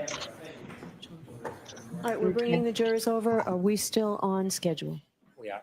Okay. Still on schedule? Is that what they say? All right. When they come back, I'm going to have to drop you to get the right format here, man. Oh, okay. You see what I mean? Because we're up way too high for them. That's fine. I don't care. They'll be back in a minute. Yeah. I just have to work anyway because it's month end. So. Yeah, I know. I'm telling you, this one's putting me to, like, he's really putting me to sleep. I'm going to need a nap after. Seriously, like I'm going to end this stream and I'm just going to go take some Z's for sure. This is it's one of the hardest parts about live trial is those attorneys that don't have much lackluster, losing their lackluster, boring us to death. I know, but it is like I am happy to see her not being as flustered as last time. I mean, it's rough when they're coming at you like that, but she's well prepared because he did it last time too. She knew what to expect. Yeah, And he's she's not embarrassing letting, himself at this point. yeah, because she's not letting him put words in her mouth. Like he's like, nope, that's not it. And that is it. But I don't think we're definitely not getting another witness today. By the time we come back with redirect, No way. today was They're Jill not even going to McCabe. make it to redirect. They're not going to make it to Close the redirect. session, please be seated. Really? Oh Okay. man, I wish you just pulled the trug on this. All right. I'll see you again. I'm gonna go back Okay. to this one. All right. All right, whenever you're ready, Mr. Jackson. Thank you, Your Honor. Ms. McCabe, I want to draw your attention back to the morning, later in the morning, after you're back at 34 Fairview, after the police have already cleared the scene, and you're back with your friends and family inside the home at 34 Fairview. We've already talked about the fact that the witnesses were not sequestered in any way. They were not separated in any way by the police. Is that right? We were just sitting together with friends Right. and family. So yeah, no. Everybody was free. All the friends and family that were in there were free to talk amongst themselves, which you did do, correct? Yes. All right. Everybody had the opportunity to say their piece and to listen to others say their piece as well. We had conversations. It wasn't really nothing more than that. At some point you did, I think you mentioned this on direct examination, you did reach out to Mike Lank. Is that right? Yes. Remind us who Mike Lank is in your world, in addition to being a Canton police officer, police sergeant, I think he was at the time. Who is he in your world? He was just a local guy that I, knew, was friendly with. And had gone to high school with? No. Was he ahead of you in high school? We weren't in high school at the same time. Got it. He was about 5 years ahead of you, is that right? Yes. Okay. But you'd known him or known of him from basically childhood or young adulthood. Yeah, I just knew him from around town. At some point, you decided that you were going to call Sergeant Lank back to the scene because there was a piece of information that you wanted to provide him again. Sorry, provide him so he needed to come back again. Yes, Ultimately, you called him on his cell phone, right? I did. Yes. So you were close enough that you had his cell phone number. He had your cell phone number. No, I didn't have his cell phone number. Where'd you get that number? I asked Julie Albert for that number. So Julie had his cell phone number. Yes, she did. And Julie is Chris's wife. Yes. She was at the location. Yes. When I say the location, 34 Fairview that morning, Yes. as was Chris. He came at some point. I don't know if he was there when I called Officer Lank or not. As was Brian Higgins, correct? Yes, he was. He came back over to the location as well. Yes, he did. As a matter of fact, it was Brian Higgins who suggested that you reach out to Officer Lank. I'm not sure if it was him who suggested it. Someone suggested to you that you reach out to Officer Lank. Is that right?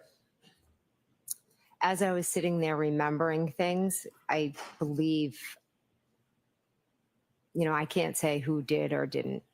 So as you were sitting there remembering things, you weren't just remembering things, you were remembering things and then telling others things that you remembered.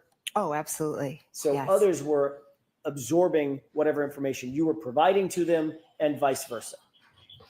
No one was really providing me any information because they didn't know what happened.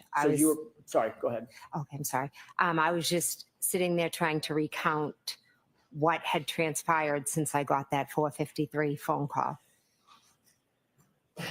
And one of the things that you decided you wanted to tell Sergeant Lank was a statement by my client. Yes. So you call Sergeant Lank on his cell phone, and you're able to get a hold of him, correct? Yes. Whatever he's doing, I'm guessing he was busy at the time. I don't know what he was doing. He's the first responder on a death of a police officer case that was just hours old. So he had to get busy. I would assume. I, again, don't know what he was doing. But in fact, after you got your phone call, he dropped everything and headed back to 34 Fairview, correct? Assisting. Did he come back to 34 Fairview quickly? He was there fairly quickly, yes, I And would that's say. at your request? Yes, I called them and asked him to come back. Because you told him that you had information that was important enough that he needed to get over there so you could tell him in person what this new information was. I called him and told him that I was remembering things and asked if he could come back. And he didn't just say, yeah, just tell me what it is over the phone. He literally said, okay, I'm going to get in my car, drive in a blizzard. It was still a blizzard, right? Yes, it was. I'm going to get all my gear on, drive in a blizzard back over to 34 Fairview, get out of my cruiser, come into the house, and get ready for this new information that you're going to give me, correct? He did not say all that, no. No, that's what he did. I have no idea what he did. I called him and then he came. Well, he didn't That's, walk over. I mean, he came over in his car, right? I would assume so, yes. Right. So he had to get in his car, drive over to Blizzard, get out of the car, walk through the Blizzard, go in the front door, and get ready for this new meeting that he's going to have, correct? Yes, that seems like steps one would take. And whatever it was that you wanted to tell him, you let him know it was important enough to have a special additional meeting. It wasn't something that you were just going to sit on. You wanted to give him this information immediately without hesitation, correct? He said if I remembered anything to give him a call, so I did. So when he came back over, he obviously had a notepad and a pen in his hand, correct? I believe he was taking notes. And you told him, you testified this morning that what you told him was Karen Reed said, I hit him, I hit him, I hit him, right? Correct. But when he wrote this report, you said, she said, I hope I didn't hit him. Correct? I don't have his report in front of me.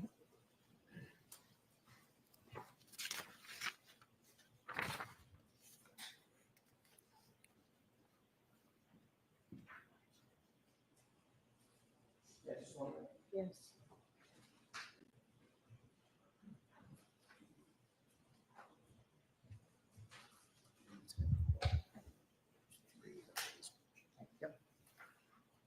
Thank you. You're welcome. You could turn to the orange tab.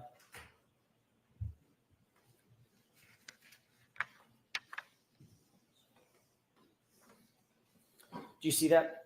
I do, yes. Okay, and you've had a chance to read it? Just the highlighted Okay. part. May I approach? Yes.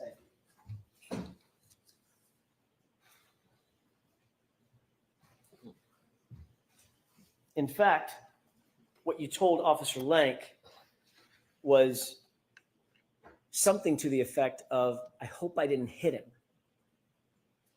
Correct? Incorrect. I told him that she said I hit him. He wrote in his report, that you just read, something to the effect of, Sustained. I hope I didn't hit him. Sustained. Is this another example of an officer getting a report wrong? Objection. Is that report right? Your Honor. Objection. Sustained. Move on, Mr. Jackson.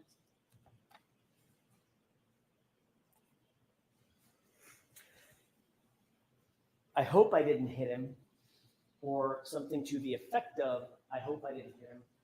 Sounds an awful lot like, could I hit him? Did I hit him? Do you agree with that? It does sound similar, yeah.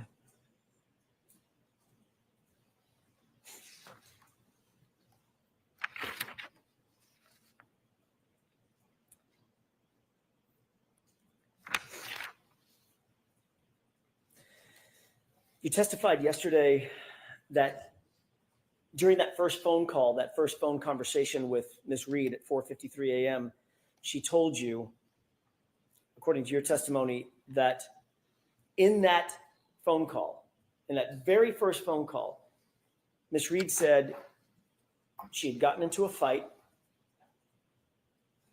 her taillight was cracked, and she asked, could I have hit him or did I hit him? Correct? Incorrect. Tell me where I'm wrong. In the first phone call, she had said we got into a fight and he didn't come home and I left him at the waterfall.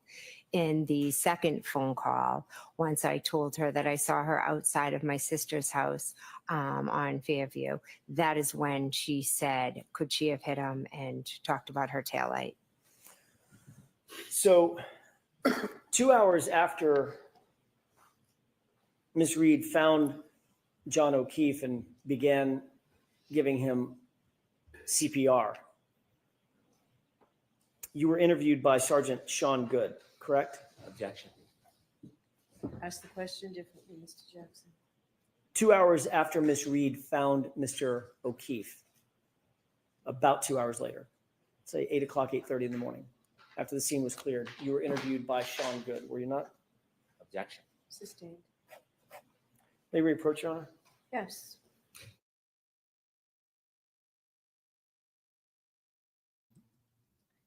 May we approach, Your Honor? I can't do any damage to her testimony here if you won't let me twist her words. And if she keeps correcting me and confirming her timeline while calmly smiling, like, can you please stop the Commonwealth from objecting to my ornery testimony, please? Like my ornery questioning?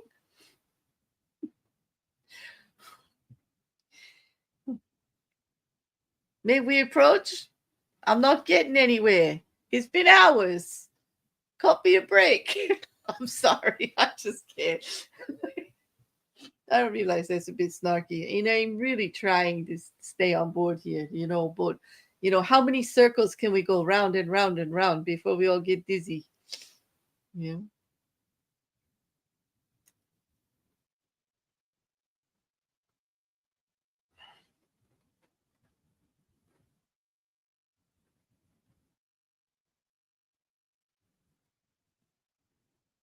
I mean, she really just did a good job there of reconfirming her testimony in correcting him as you just don't understand the process. Like, you just don't understand. Yeah. Mm-hmm. And could he get any more red-faced? It's not a good look. Yes. Thank you.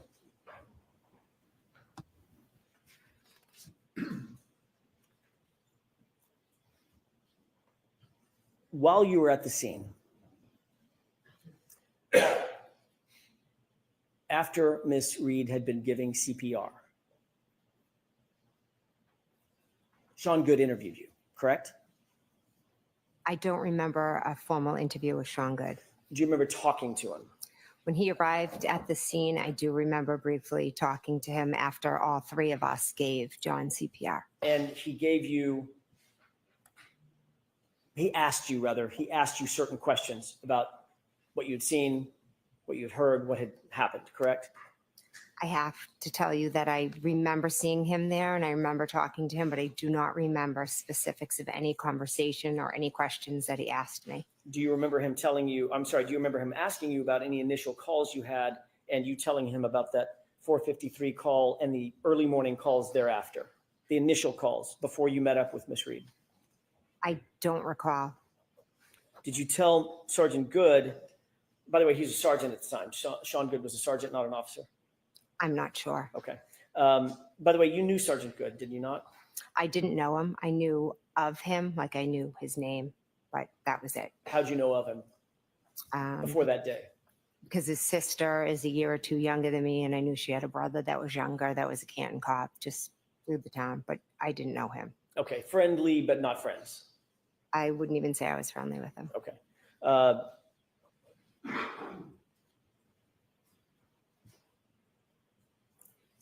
You actually told Sergeant Good at the time when he asked about those first phone calls that when Miss Reed called you, she was inquiring about John's whereabouts, correct? Again, I don't recall my conversations with Sean Good. You certainly never mentioned to Sergeant Good the incessant screaming and hysteria that you've described here in court. Objection. Did you ever mention anything about an argument or a fight to Sean Good? Objection. Sustained, Mr. Jackson. She said she didn't remember. Next question. I have to go through the series of machinations. I don't know what she remembers and doesn't remember. Next question, Mr. Jackson. Did you mention anything about a cracked taillight to Sergeant Good? Objection. Sustained. Do you have no memory at all about what you talked to Sergeant Good about?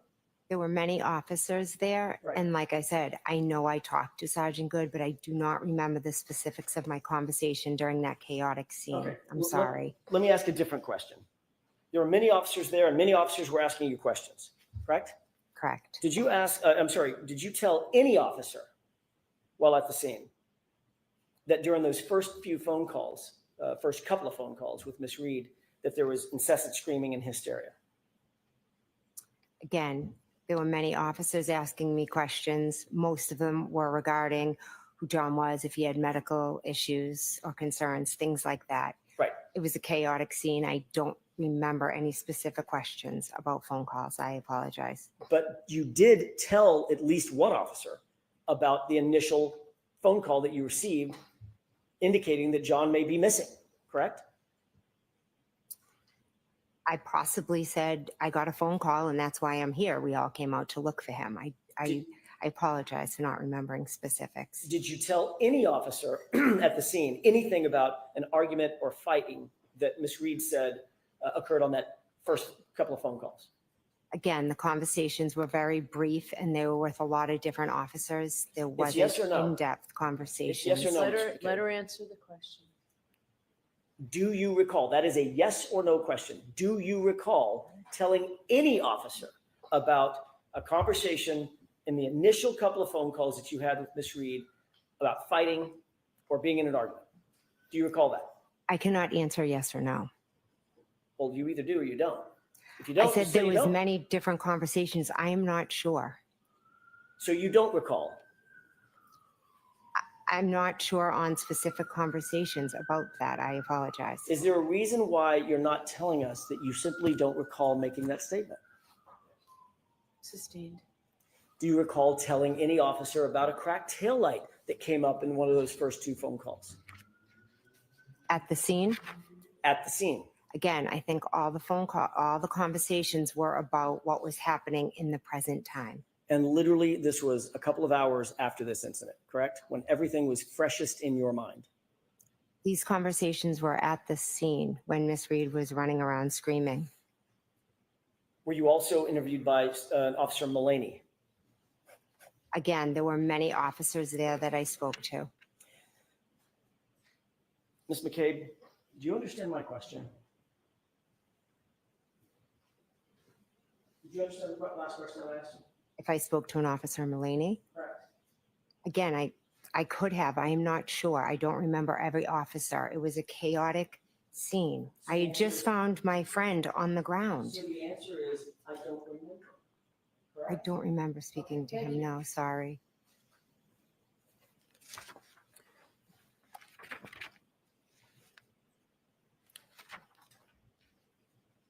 Later that morning, you did have a conversation with Officer Lank that you actually do remember, correct? Yes, correct. What you told Officer Lank or Sergeant Lank was that you received a phone call from Kaylee's phone and that Karen Reed was distraught because John never came home, correct? I told him I don't remember the exact words, but I told him something like she was hysterical and screaming and said John never came home. You never mentioned that she said anything about a fight during that initial phone call, correct? Again, I'm not sure what exactly was said during that initial phone call. You never mentioned that she said something about a cracked taillight in that initial phone call or those two phone calls, correct? Are these phone calls with who? Who are these phone calls? Who am I speaking The to at this initial point? phone calls that Mhm. you had with Miss Reed, Yes. you never mentioned to Officer Lank or Sergeant Lank that Miss Reed mentioned anything about a fight or an argument, correct? I don't remember. You never mentioned anything about having Miss Reed saying anything about a cracked taillight in one of those two initial phone calls, correct? Again, I don't remember all the things that I told Officer Lank. And you certainly never mentioned that Miss Reed said anything about could I have hit him during either of those initial phone calls, correct? Again, I don't remember my specific conversation with Officer Lank. So you don't remember the conversation that you had with Officer Lang when it was the clear light of day.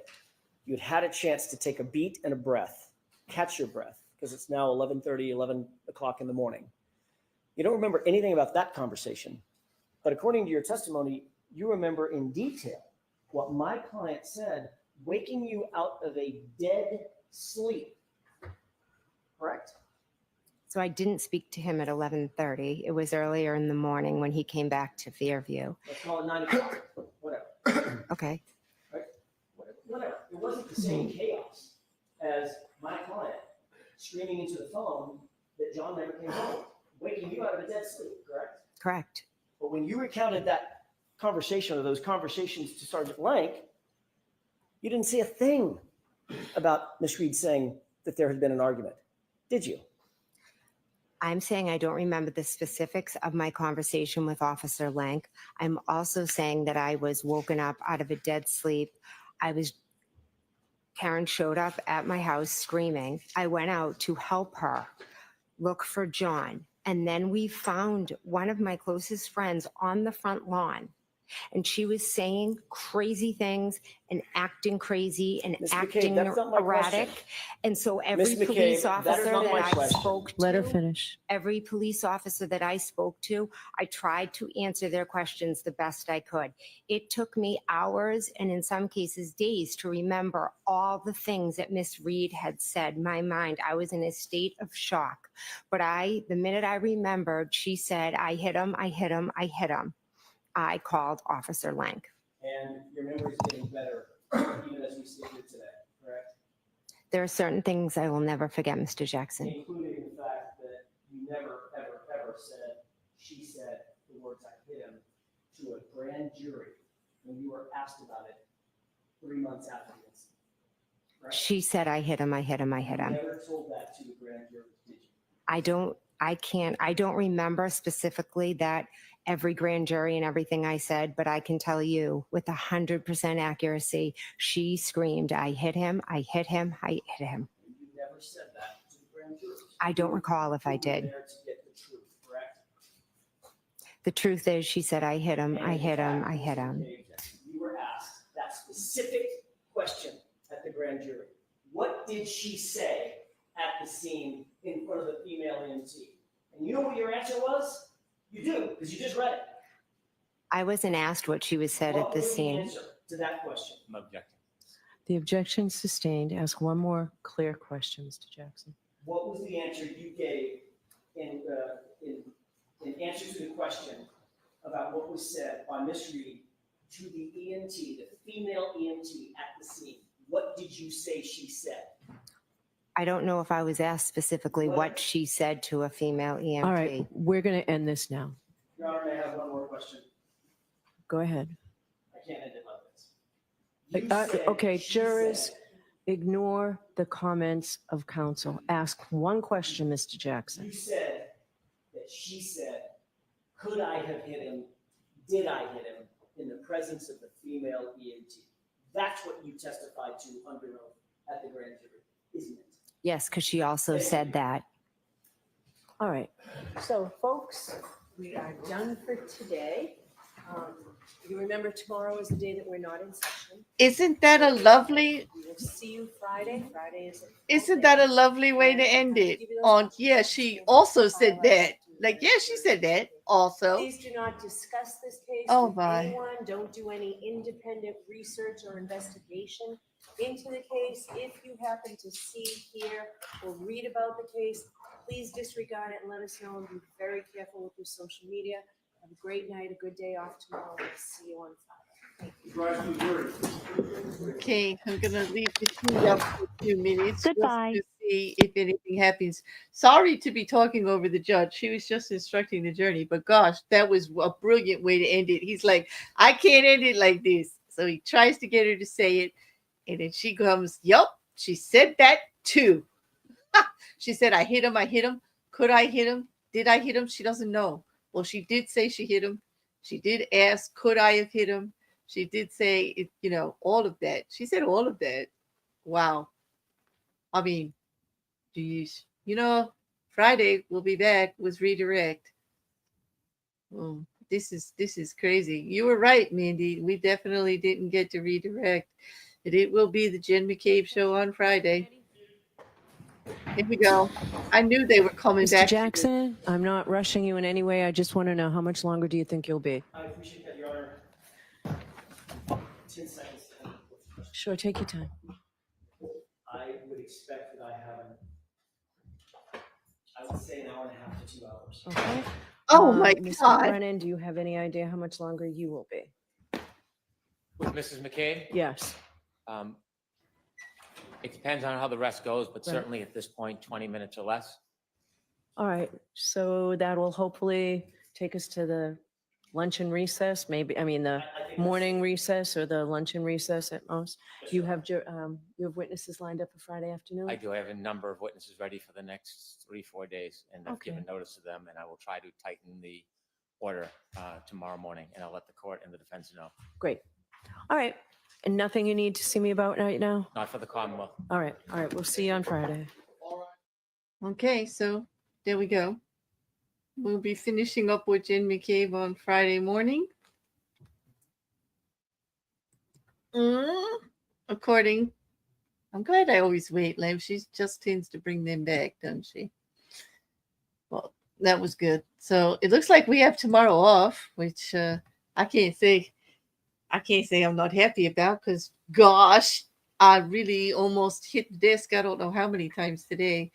It can be tedious. I do appreciate you all here keeping me company. And as always, if you've got questions, I want to hear them. You know, if you've got comments, I want to hear them.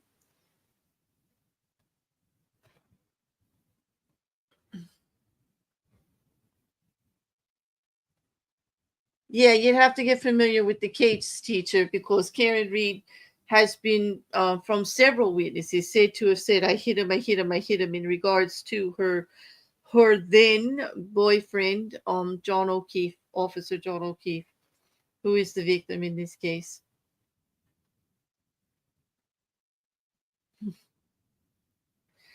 Two and a half hours more. I can't even imagine, right, Maggie? I'm with you. Alan Jackson says he has 2.5 hours more to go over Jen McCabe's testimony. Yikes. So the defense, no, they are not done with him, Teresa. Alan Jackson just told the judge he has another 2.5 hours worth of questioning of her for Friday morning. We are done for the day, though. We're definitely finished for the day. And there's no court tomorrow.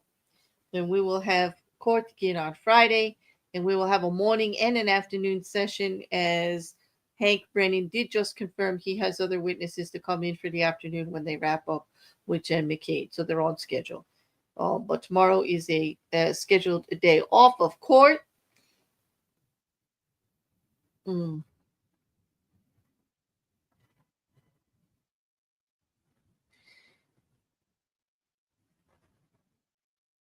Yeah, it's a crazy trial. I mean, I just don't get it. I can feel the tension, though. I mean, not everybody's getting along in there. Yeah, but it'll ask a whole lot of 2 questions 50,000 times. It's a different. Yeah, I don't know. Maybe he'll find something inspiring with the day off. He'll try to, I'm sure, but it's not going to work. We're going to move into more damaging testimony. This is why this trial was scheduled for so long. There's not 2.5 hours of actual questions, I can assure. There will be like trying to get it up to it, trying to pull out what he wants out of her. But no. And the way that she just answered that last one, it just shows that she's not going to let her words be twisted. She sees what he's trying to say, that she's making up testimony, but she's just defending herself. It's saying, no, that's not true. Like, it's just the way it happened. It was a hectic scene. I answered the questions I was asked. I didn't tell every single here's the thing. If she had told every single person she talked to the same exact story with all the details, he would have accused her of narrative, of like having a set set of facts that she wanted everybody to know and was trying to frame Karen that way. But, it's their job. That's what I keep saying. I know it's their job, as frustrating as it is, Yeah, Brennan could learn something from Trina, although he has been doing good with his redirects, but he's not actually allowed to mostly say what the objection is in this court, Chin. It's kind of odd. Judge Cannone does not she wants objections are argued at the bench. If she doesn't automatically know what the objection is, because she's usually saying what it is what she's actually confirming, sustaining or overruling under what grounds, she'll do it. She doesn't let them get it in front of the jury like that. So I don't even think he has the opportunity to say asked and answered. Usually it's about form. But yeah, you could tell by the end that Judge Cannone was even like, that's it. Like, come on, you're getting nowhere, dude. Like, we're out of here. Yep.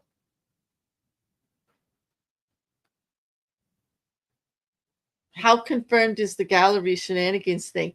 You know what? Several people are saying it, but it's not confirmed from the court yet at all. Like, there are quite a few reporters saying that that's what they heard from other people. No one was in the courtroom to witness it, so I really don't know. I do know that the hearing for the other YouTuber across the hall is heating up. There's some stuff going on over there. But I don't know. I really can't tell you. I will say that since they did ask, the courtroom attendant did ask Paul Okeefe to sit behind in the second bench, that might lay a little credence to it. I'm not sure. Does that bring you up to 6 bingos? I would say it's a good possibility that that's what happened.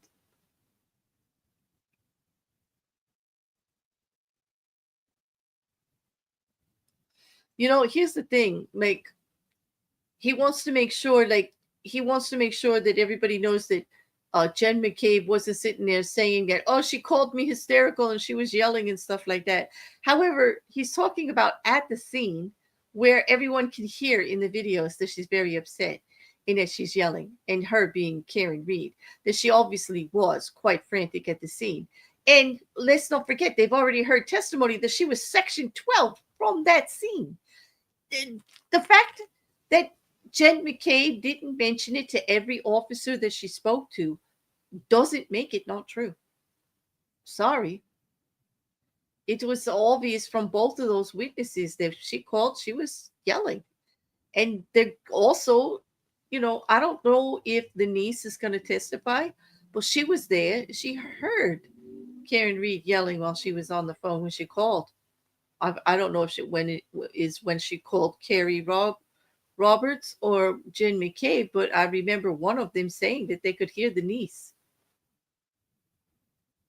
And I think Jen McCabe did call the niece. Anyway, it's quite frustrating. Like, what he wants the jury to actually forget they already heard and only listen to this. It has to tie in and make sense. Reasonable doubt is one thing. Ridiculous is another. And I know every legal YouTuber out there is going to come at me for saying that, but I'm sorry. It just doesn't even seem up to par with Jackson's usual style. Dare I say, he's coming off a bit lame. Like, he's making it obvious they have nothing. And I don't think that's a good look. But hey, that's just me. Might be a little biased, of course. But anyway, I look forward to talking to you all again. I'm going to take a break for tomorrow. There'll be no content. There'll be nothing but chilling and researching some other cases that are going on, because we have Sean Combs's trial coming up at the end of the month. And not even the end of the month, the middle of the month, the 12th. I think they start jury selection in just a few days. There's some interesting things on that. Luigi Mangione has his federal has his federal hearing, and there's some movement and some answers from the prosecution in the Pennsylvania case. There is a lot going on in the Kohlberger case, a lot, and we're going to have to talk about that. There's supposed to have been a hearing in Courtney Clenny that I got to check out. There's just tons. But I'm not going to update you tomorrow on it. But what I think I'll do is gather all this together, and we definitely Monday and Tuesday may have regular true crime after court, get caught up on some of these other cases. We can't let Karen Reed and her defense team steal all the thunder. We've got to keep that passion for true crime alive. We're not going to let them beat it out of us with these shenanigans. That's all I have to say. There's also some movement in Lori Vallow-Daybell. I will say that Judge Boreski put out a notice that he did receive the clip of the juror saying that he felt bad that she was going to be facing 3 years, that she was in jail for 3 years, 3 life sentences. And it has been brought to his attention. And he did forward it to Lori Vallow-Daybell. So we shall see. That could get messy. But we can talk about it on another day or during the break at some other time. We'll just keep it up. Because there's not a lot new going on here if they keep up this 2 hours, 3 hours, 4 hours of this. I mean, you can't even talk about it during the break, just about how dull it is. Really, seriously. So on that, everybody, thanks for hanging with me, enjoying some coffee, and staying awake. I appreciate it. And we will see everybody on Friday morning.